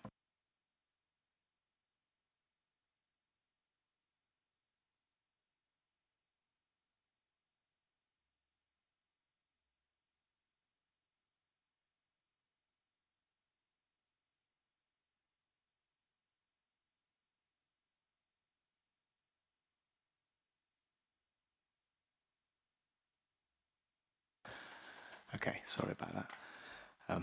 That's fine. Councillor Harvey. Councillor Organ's contribution there was almost a plea for, well, anything goes, because villages are developing. And so if somebody came along and said they want to build concrete and glass structure in Huntington, well, that's all part of the development of buildings and should be allowed. I don't buy that argument. Our obligation is to enforce or to apply, we're not enforcers, to apply policy, and I don't see, and the material that we're talking about is available, so we would be making a choice, and we have a very strong a recommendation, a view from the or case put forward by the conservation officer. So, and we have this statutory responsibility to give special attention, special regard to listed buildings and conservation areas. I will not be seconding your motion. Councillor Keithley. Thank you, Chair. Well, it is a difficult one, and I think part of the difficulty is that we are looking at it as lay people, and we think that stone is sort of stone and Cotswold stone is sort of okay, maybe, because there's some Cotswold stone there. But I lean towards Councillor Harvey's argument that we have to have special regard to preserve these heritage assets. We also know that the stone that's the predominant stone that's available to build from can be used. We need to give great weight as lay people to the recommendations and advice and experience of the conservation officer. That's why we employ a conservation officer. We don't just rely upon our layperson's viewpoint. I can understand why residents might think, yep, the house looks a lot nicer than the house that's there, because it probably does. But again, that's a subjective issue. The house is going to be quite a bit bigger than the house that's there, much more predominant in the street scene, and it's going to be there for a long time. So getting the right decision on the materials that do not harm the quality of that conservation area is really important. And that's why we employ the conservation officer, and that's what we're looking at in this report. And that conservation officer is telling us, unless I'm wrong, I'm sure that conservation officer isn't wrong, they're putting a great weight on the stone that's used in that new building. And what they're recommending is that we go with the lias material that is available and can be built from. So it's my opinion that we should follow the officer's recommendation on this. Is that a proposal, Councillor? It is a proposal, yeah.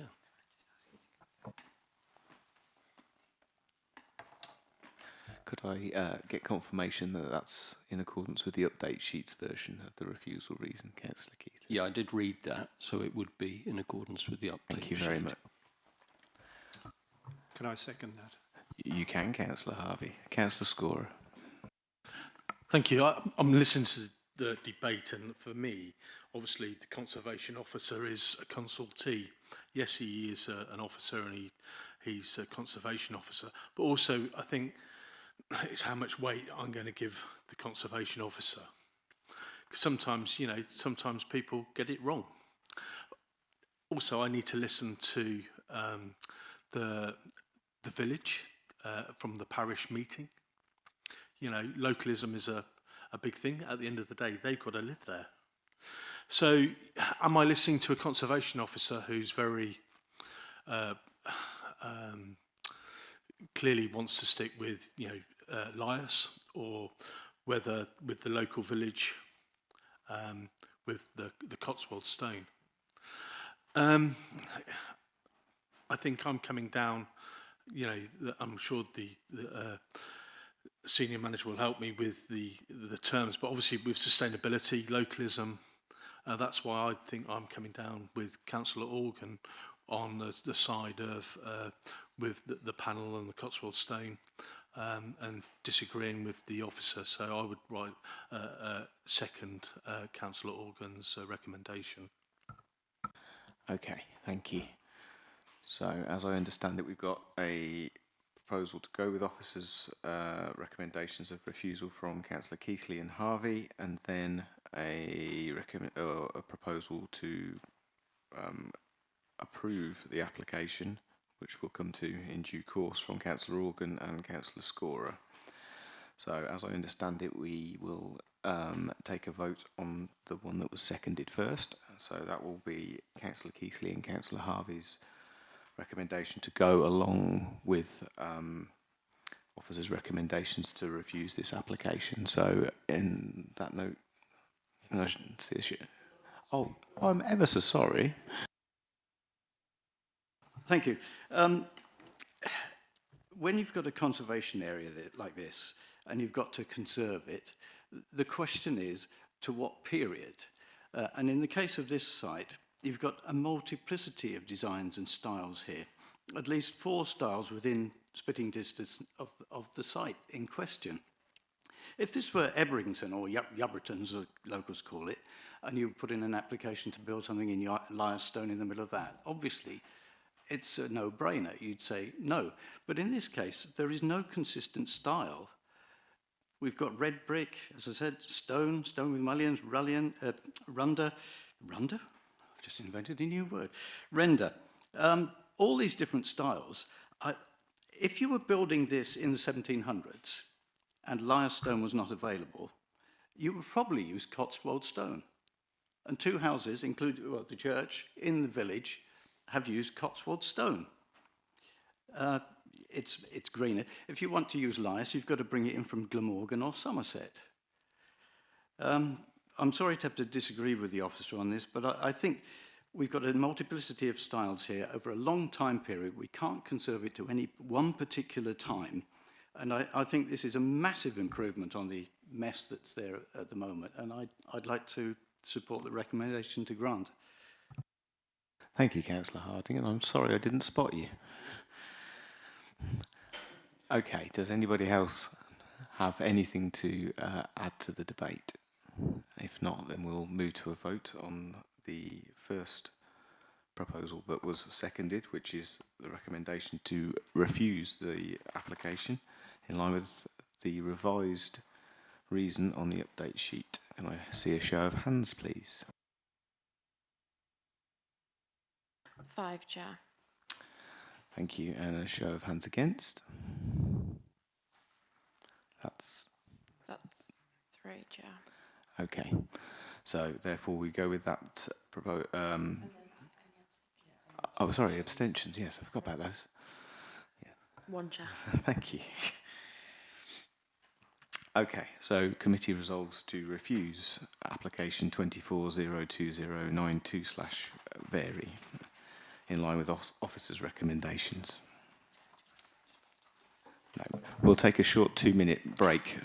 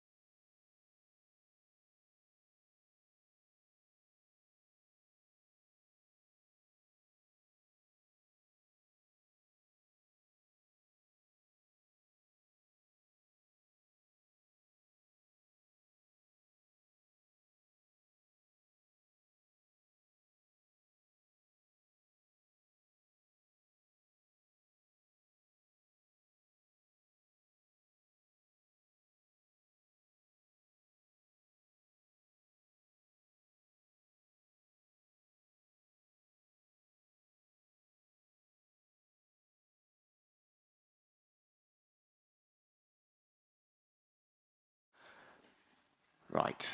Hello again. Good evening. Let's go on to our next application, which is two together, 24-02216/Vary and 24-02285-VLBC, which is 24 High Street, Henley and Arden. Okay, our presenting officer is Joshua Cooper. Joshua, whenever you're ready, take it away. Thank you, Chair. Good evening, everyone. The application site is identified by the black dot. These Vary applications seek amendments to a previously approved scheme.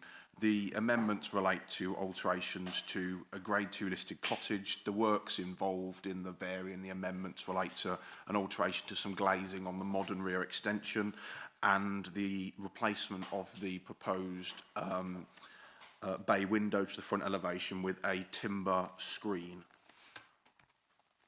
This plan outlines the application site in black with the Henley and Arden conservation area outlined in purple, nearby listed buildings highlighted in red, and the green dots and lines indicating tree preservation orders.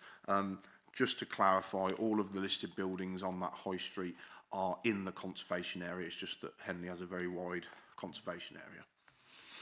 This slide shows a Google Earth imagery just outlining the site in red.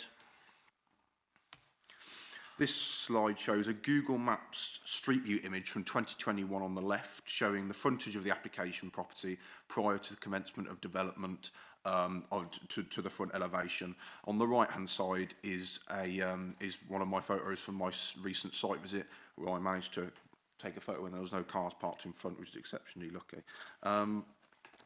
This slide shows the previously approved front elevation, or to which this application seeks to vary, and the proposed front elevation. Obviously, the main areas of contention here are this timber screen on the front, replacing the bay window.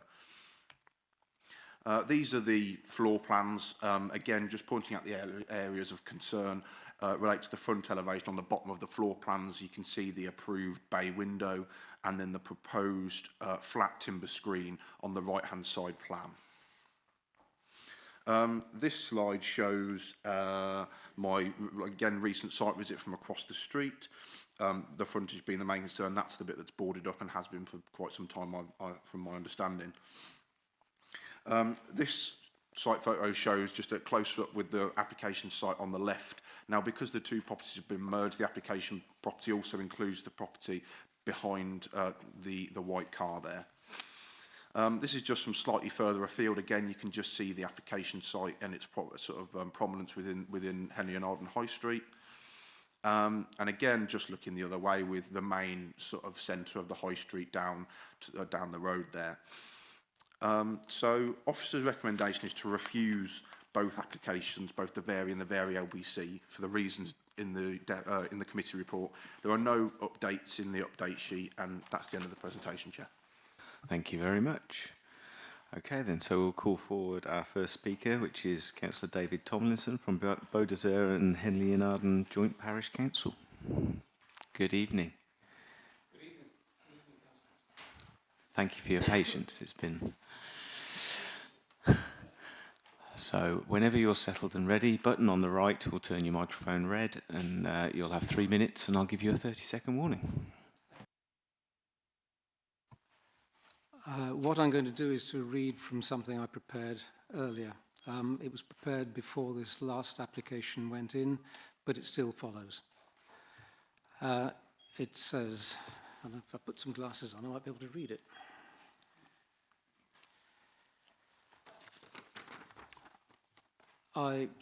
This also relates to a conversation I had with one of the planning officers. Confirming our previous comment and subsequent conversation, we write in support of the above application to vary condition 2 relating to the provision of part glazed doors in place of what we believe to be a poor 1970s multi-paned bow window, ill-matched to the similar window in number 24. We understand that the Council's concern is that the appearance of the building is altered to that of a single property as opposed to two individual cottages. We believe that you're aware that the front elevation of number 26 has been altered in an earlier period, moving the front entrance to its present position. That information comes from photographs that were provided by an occupant of that house when in the 1940s. where his grandmother lived. Clearly, this building has evolved over time in common with many of the cottages and houses on the high street, including a near neighbour at Cobweb Cottage, which has a similarly designed garage door, number 26, and is not ever likely. Number 26 is not and is never likely to be used as a garage.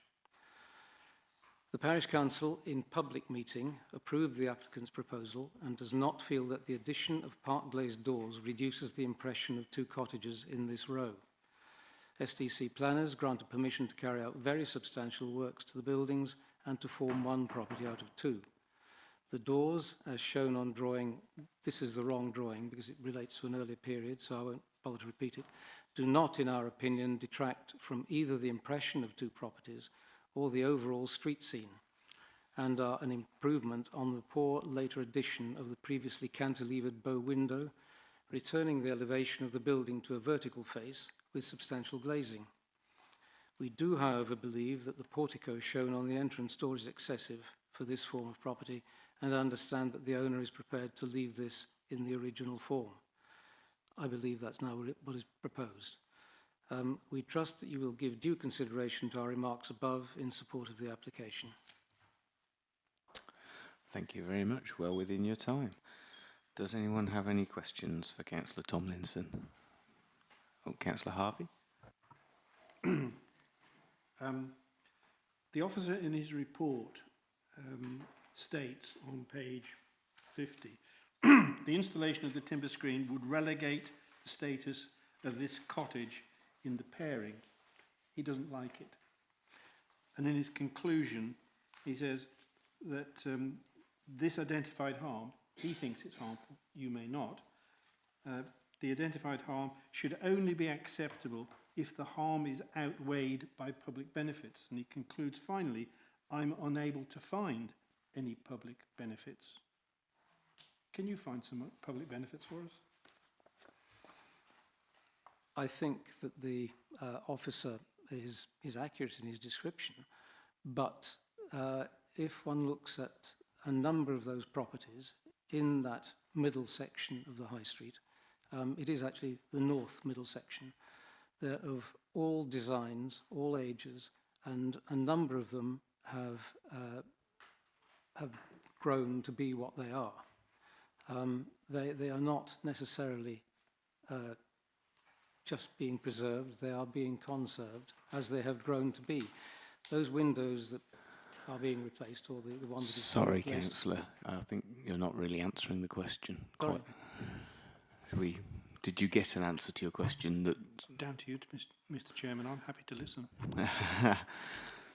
Do you believe you got the answer that you required? Well, I haven't heard any public benefits yet.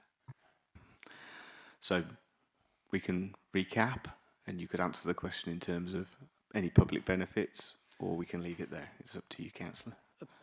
The public benefit is for the benefit of that owner. Okay, thank you. Councillor Scorer.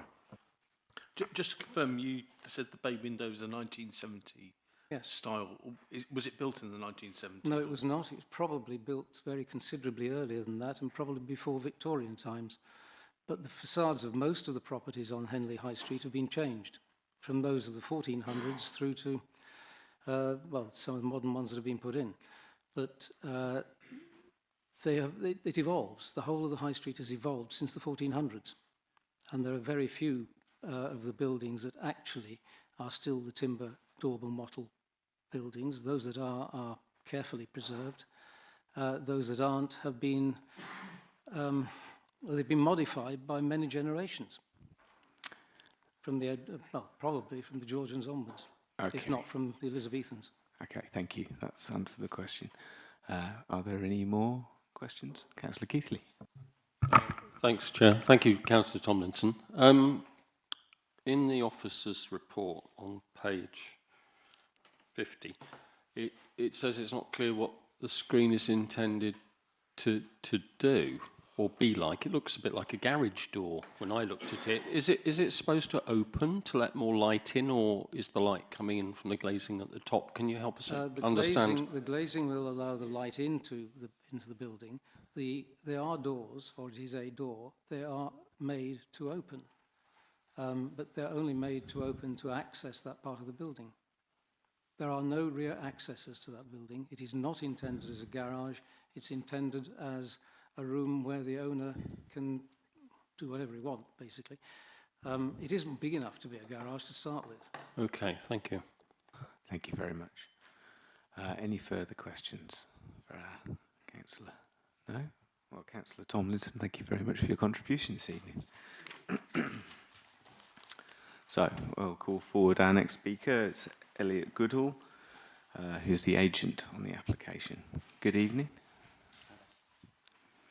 The microphone is already on. There's can those be split through? Yeah, thank you. Okay, perfect. So whenever you're comfortable and ready, I'll give you a 30-second warning before the end of your 3 minutes. Good evening, councillors.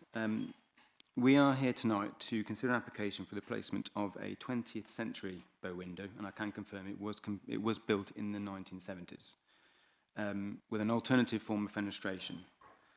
The proposals do affect the street scene of a listed building, and they sit in the conservation area, so due regard to that setting does need to be considered. However, the conservation officer has already given that consideration, and they have accepted, as part of their assessment, that the existing bow window that we propose to remove, there's no heritage or architectural value in regard to the listed building or the conservation area.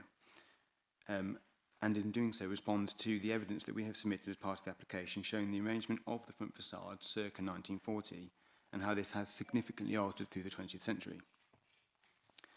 The proposal to replace the bow window is considered, and I quote, to result in no loss of historic fabric or change to a preserved historic fenestration pattern. The removal of the bow window is considered acceptable in principle and should not form part of your consideration. What needs to be considered this evening is whether or not what is proposed to replace the bow window is acceptable in the context of the listed building and the conservation area more generally, and whether they achieve the requirements of the NPPF to preserve or enhance the conservation, the heritage assets in a manner appropriate to their significance. Henley High Street is so eclectic in its character that it is virtually impossible to define any one style or feature as being dominant. It is what makes the conservation area of Henley so special. In its eclectic mix of styles, there are several examples of a shutter type, such as this, one only 3 doors down the road, and then another pair like these two that are opposite.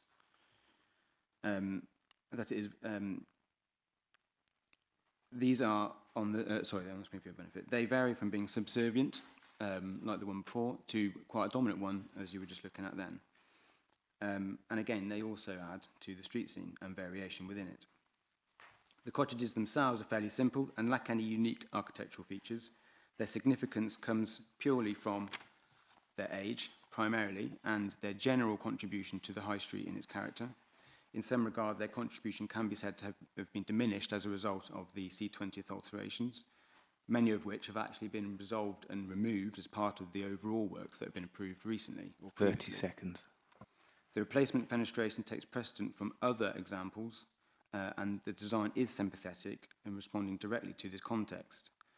We assert that the designs do help preserve the character of the setting, and so there is no need to provide a benefit, and could be said to actually provide an enhancement over what was there previously. They represent an aesthetically acceptable solution to a facade that has been historically and sympathetically altered. If delegates were minded to support, then, but were unsure of the design for the actual fenestration, then a suitably worded condition could enable us to work with the conservation area to resolve that. Your time. Thank you very much. Does anyone have any questions? Councillor Organ. Thank you, Chair. Thank you. There are already 2 entrances onto the High Street. Why is there a requirement for a third one? So the clients are planning for their future. At the moment, the High Street and most of the houses on it have stepped facades into their demise. The shutters would have a level threshold, and within that we can provide a ramped access up to the actual ground floor story. We can't realistically do that without affecting the front facade, the steps up to the front doors and things like that, without, I think, a more substantial or an acceptable solution. Thank you. Councillor Harvey. Can I draw your attention to the photographs that's up there, and the double, I think it's double doors in black. 3. The officer makes the point that I'm mindful that the listing of the property indicates that the garage is a 20th century addition, and I'm unable to find any planning history for this element. Accordingly, it is likely that it was an unauthorised alteration without the benefit of planning permission or listed building consent. Is that a strong precedent to quote to the committee? I think she might be referring to one that's further down the road, which is more modern and has got a metal shutter door. This one's, yeah, maybe. Yeah, we'll clear that up. Okay, any further questions for our speaker? No?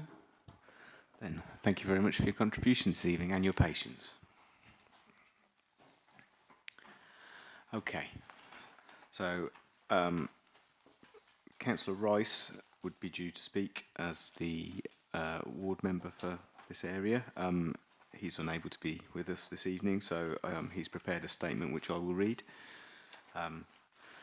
So I'm going to give myself 5 minutes with a 30-second nudge, and we'll see how I get on. Okay. This application before the Planning Committee asks questions about what is appropriate and attractive in the immediate context of Henley High Street and the wider conservation area. The answers by their nature will be subjective. They will be about appearances and aesthetic judgments. The Conservation Officer does important work in preserving our heritage, and the Officer's recommendation must be given due consideration. In this case, however, I disagree that what is being proposed is not keeping with the protected surroundings. The Conservation Officer's opinion is not shared by me, nor, according to my understanding, by Beaudesert and Henley and Arden Joint Parish Council.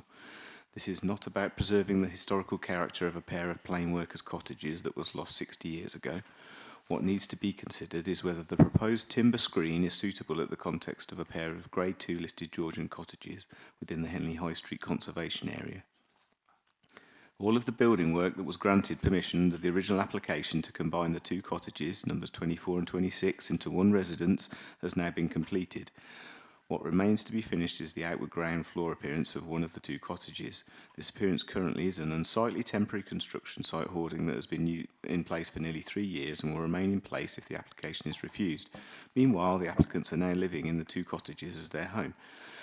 Reference is made in the report to legislation, the Planning Listed Buildings and Conservation Areas Act, that says special attention should be paid to the desirability of preserving or enhancing the character or appearance of that area. The National Planning Policy Framework suggests that when the harm is considered less than substantial, this should be weighed against the public benefits of the proposal. Meanwhile, the core strategy seeks to protect and enhance both the designated assets and the setting's distinctive townscape character and appearance of the historic environment. Henley's neighbourhood development plan was made by the current JPC administration as recently as July of this year and is therefore the most recent guidance. The same JPC administration now supports this application. The neighbourhood plan says building proposals must conserve designated assets such as these cottages as well as their setting in a manner appropriate to their significance, whilst at the same time enhancing the appearance and sustainability of the area's heritage assets. Potential harm will not be supported, the NDP continues, unless this may be avoided or mitigated and would clearly be outweighed by the benefits of the development. These two cottages were plain, rather nondescript two-up, two-down Georgian workers' dwellings until the 1960s. At this time, their owners decided to modernise them into buildings with faux Dickensian large bow window facades. These were preserved by later Grade 2 listing in August 1972. The Conservation Officer concedes this loss of historic context when commenting that replacing the existing bay windows would result in no loss of historic fabric or change to a preserved historic fenestration pattern, as evidenced by the applicant's photograph. This photograph was taken earlier, probably in the 1950s, and shows the two cottages unchanged for 150 years. In other words, this application is not about preserving the look of an historic building. That look has gone. It is about the appearance of what the applicants wish to install in the context of protecting, preserving and enhancing Henley's historic High Street. Henley High Street is over 750 years old. The town was granted a market in 2020 and the oldest building still in regular use, the Guildhall, dates from the early 15th century. The mile-long High Street has 150 historic buildings and examples of every architectural period from Tudor to present times. but it also contains some plain low-rise modern blocks of flats and offices interspersed with the timbered Georgian and Victorian houses and coaching inns. Henley has a rich character, but is not a uniform presentation of any particular period or style or any particular shape or size of building. The Conservation Officer is not insisting on the applicants replacing the large bow window. The question then becomes what would now be appropriate within the context of Henley High Street. The applicants decided about 5 years ago to renovate the 2 cottages and turn them into their forever home. Their designs, previously approved and now realised, involved a number of future-proofing features, including a lift, but these designs could not get around the fact that the property has no rear access. The applicant is an engineer and has a number of hobbies, including vintage cars and model railways. He already rents 4 garages within a few hundred yards of 24 High Street for his vintage car collection. The applicant wishes to introduce a glazed door instead of the large bow window to give the property good front access. This glazed door will be of premium quality, providing a substantial thermal barrier to the room behind and be installed by Timber Windows Limited. The Conservation Officer concedes that there are other examples of this type of feature in the High Street. Indeed there are, and one in just 6 doors down at number 38 High Street, Cobweb Cottage as it's known, has garage doors leading onto the High Street. These look remarkably similar to those proposed for number 24. Am I about done? Yeah, I thought so. Okay, so I'll finish with this closing statement of I urge the committee to support this proposal. Okay. I obviously can't answer any questions on Councillor Rice's statement, so we'll move on to points of clarification with officers, and I'll have a big sip of water. Councillor Hencher-Seraphin. Thank you. Can you put the photograph up of, or the application design of the front of this property? Yeah, so that's the one. So the one on the left is the previously approved one, so that's what's got consent, and the one on the right is the proposed front elevation that's subject to the very application. Right. Councillor Harvey. Can we just clear up the question of Mr. Goodall raised, where I said it was referred, your report referred to that set of black doors, and he said no, you were referring to one further down the street, it was roller shut. Can you put me right, please? Yeah, so in the report, when it talks about there's no record of planning history, that is in relation to the property with the black door that we saw, which is on the same side of the application side. Just to confirm, so that it does actually say in the starting point of that paragraph, it refers to Cobweb Cottage, 38 High Street. It may also be of assistance for you in understanding how the officers have considered that, and the sort of the comparisons that could be drawn in the following paragraph that has been assessed as to why officers don't consider that it sets a precedent. So it's not just the lack of planning history for it that officers have considered as part of their assessment. Any further points of clarification from members? No? Okay. Then we'll open it up for debate. Who'd like to start?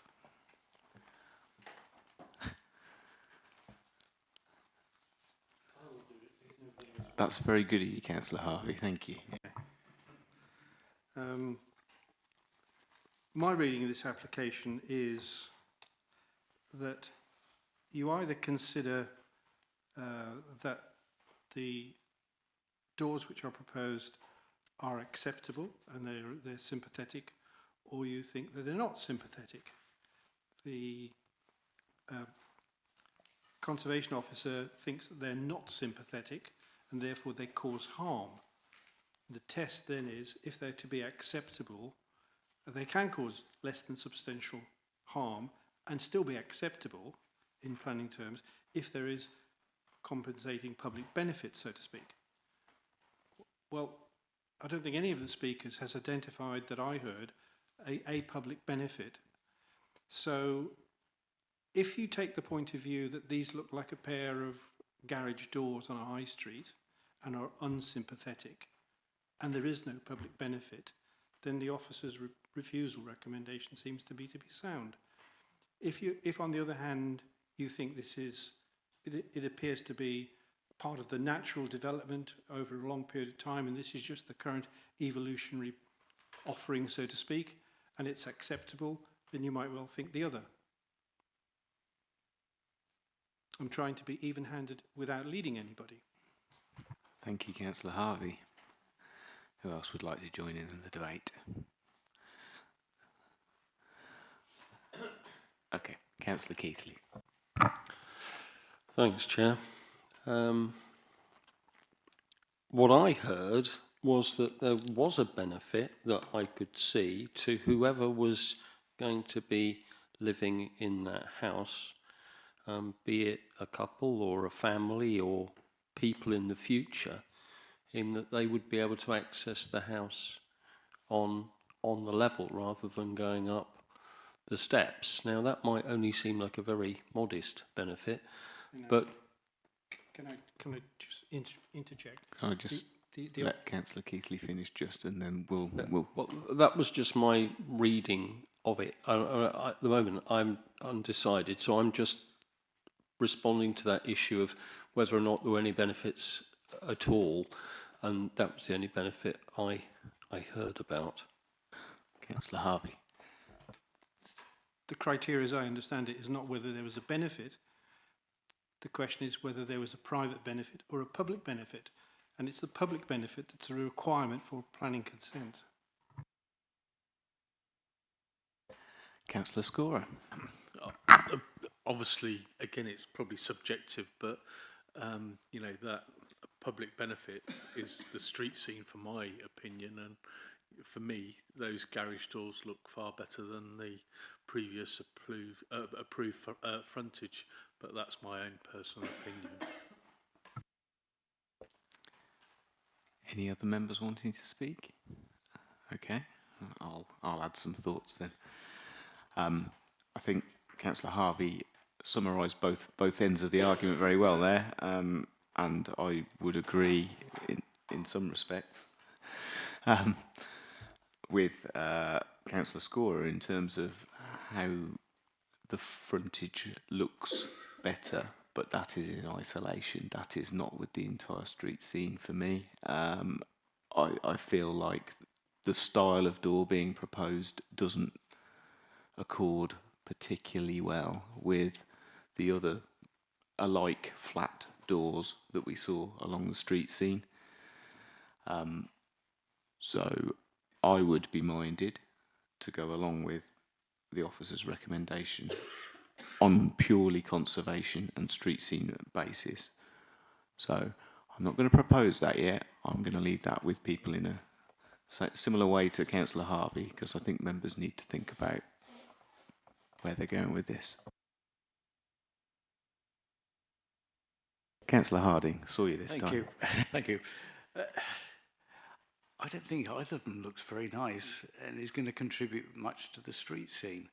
The only thing I can see that could be said for the new design is it's got this sort of Tudor scrolling effect, which might fit in with some of the other buildings that also have apparent garage doors at the front. But I think probably we should ask the applicant to come up with something better. Okay. Would anyone else like to speak? No? Okay. Well. Thanks, Chair. Well, just to say that having made my previous statement, that I am minded that the Conservation Officer once again has been the person that we turn to for advice on this, and that in some respects we're kind of more lay people. And the Conservation Officer has said that part of the special interest of this listed building is it's a pair of cottages. Although they're now in use as one dwelling, it's important they continue to express as a pair of cottages. So I think that's something that I'm thinking about when I'm looking at the possibility of the window being exchanged for a timber screen, which will change the appearance of the cottage on the left-hand side. Okay. Any members wanting to speak? Councillor Padgham. Yeah, I think it, just to agree with some of the other members of the committee, is quite a difficult one, and the appearance of the second design is the sort of, I would think that might be quite a sort of subjective decision. However, we do employ an expert, which is the conservation officer, and obviously our team of officers, to give us advice. And just going back to Councillor Harvey's point, that if there's harm, it has to be outweighed by the public benefit, and we haven't seen any demonstration of a public benefit with the second design. So again, though, I'm not really sure what side I fall on, to be honest, so it's a tricky one, but just wanted to make those points. No, thank you. Any further members? Okay, so, Councillor Harvey. I propose that we refuse. Is that for both applications en bloc? Correct. Thank you, Councillor Harvey. Given the reasons set before us and the proposal, I'm going to second Councillor Harvey's proposal in the absence of anybody else.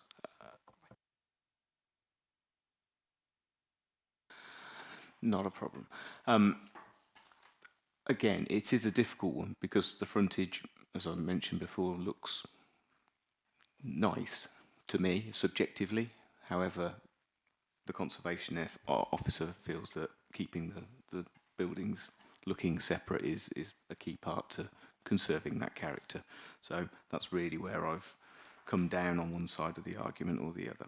Okay, so we have a proposal to refuse, so we'll take them separately. 24-02216/Vary. Proposed by Councillor Harvey, seconded by myself. Can I have a show of hands, please, on that? That's 7, Chair. Those against? 1, Chair. And abstentions? 1. Okay, so committee resolves to refuse 24-02216/Vary, and then we'll take a vote on 24-02285 VLBC. Again, the proposal is to refuse in line with officers' recommendations, proposed by Councillor Harvey, seconded by myself. Can I see a show of hands? 8, Chair. And those against? 1, Chair. And I believe that's no abstentions this time. Okay, so again, Council concludes to resolves to refuse application 24-02285/VLBC. Okay, so that concludes our applications for this evening. Yeah. Do we have any urgent business? No, Chair. Thank you very much. Then I declare this meeting closed.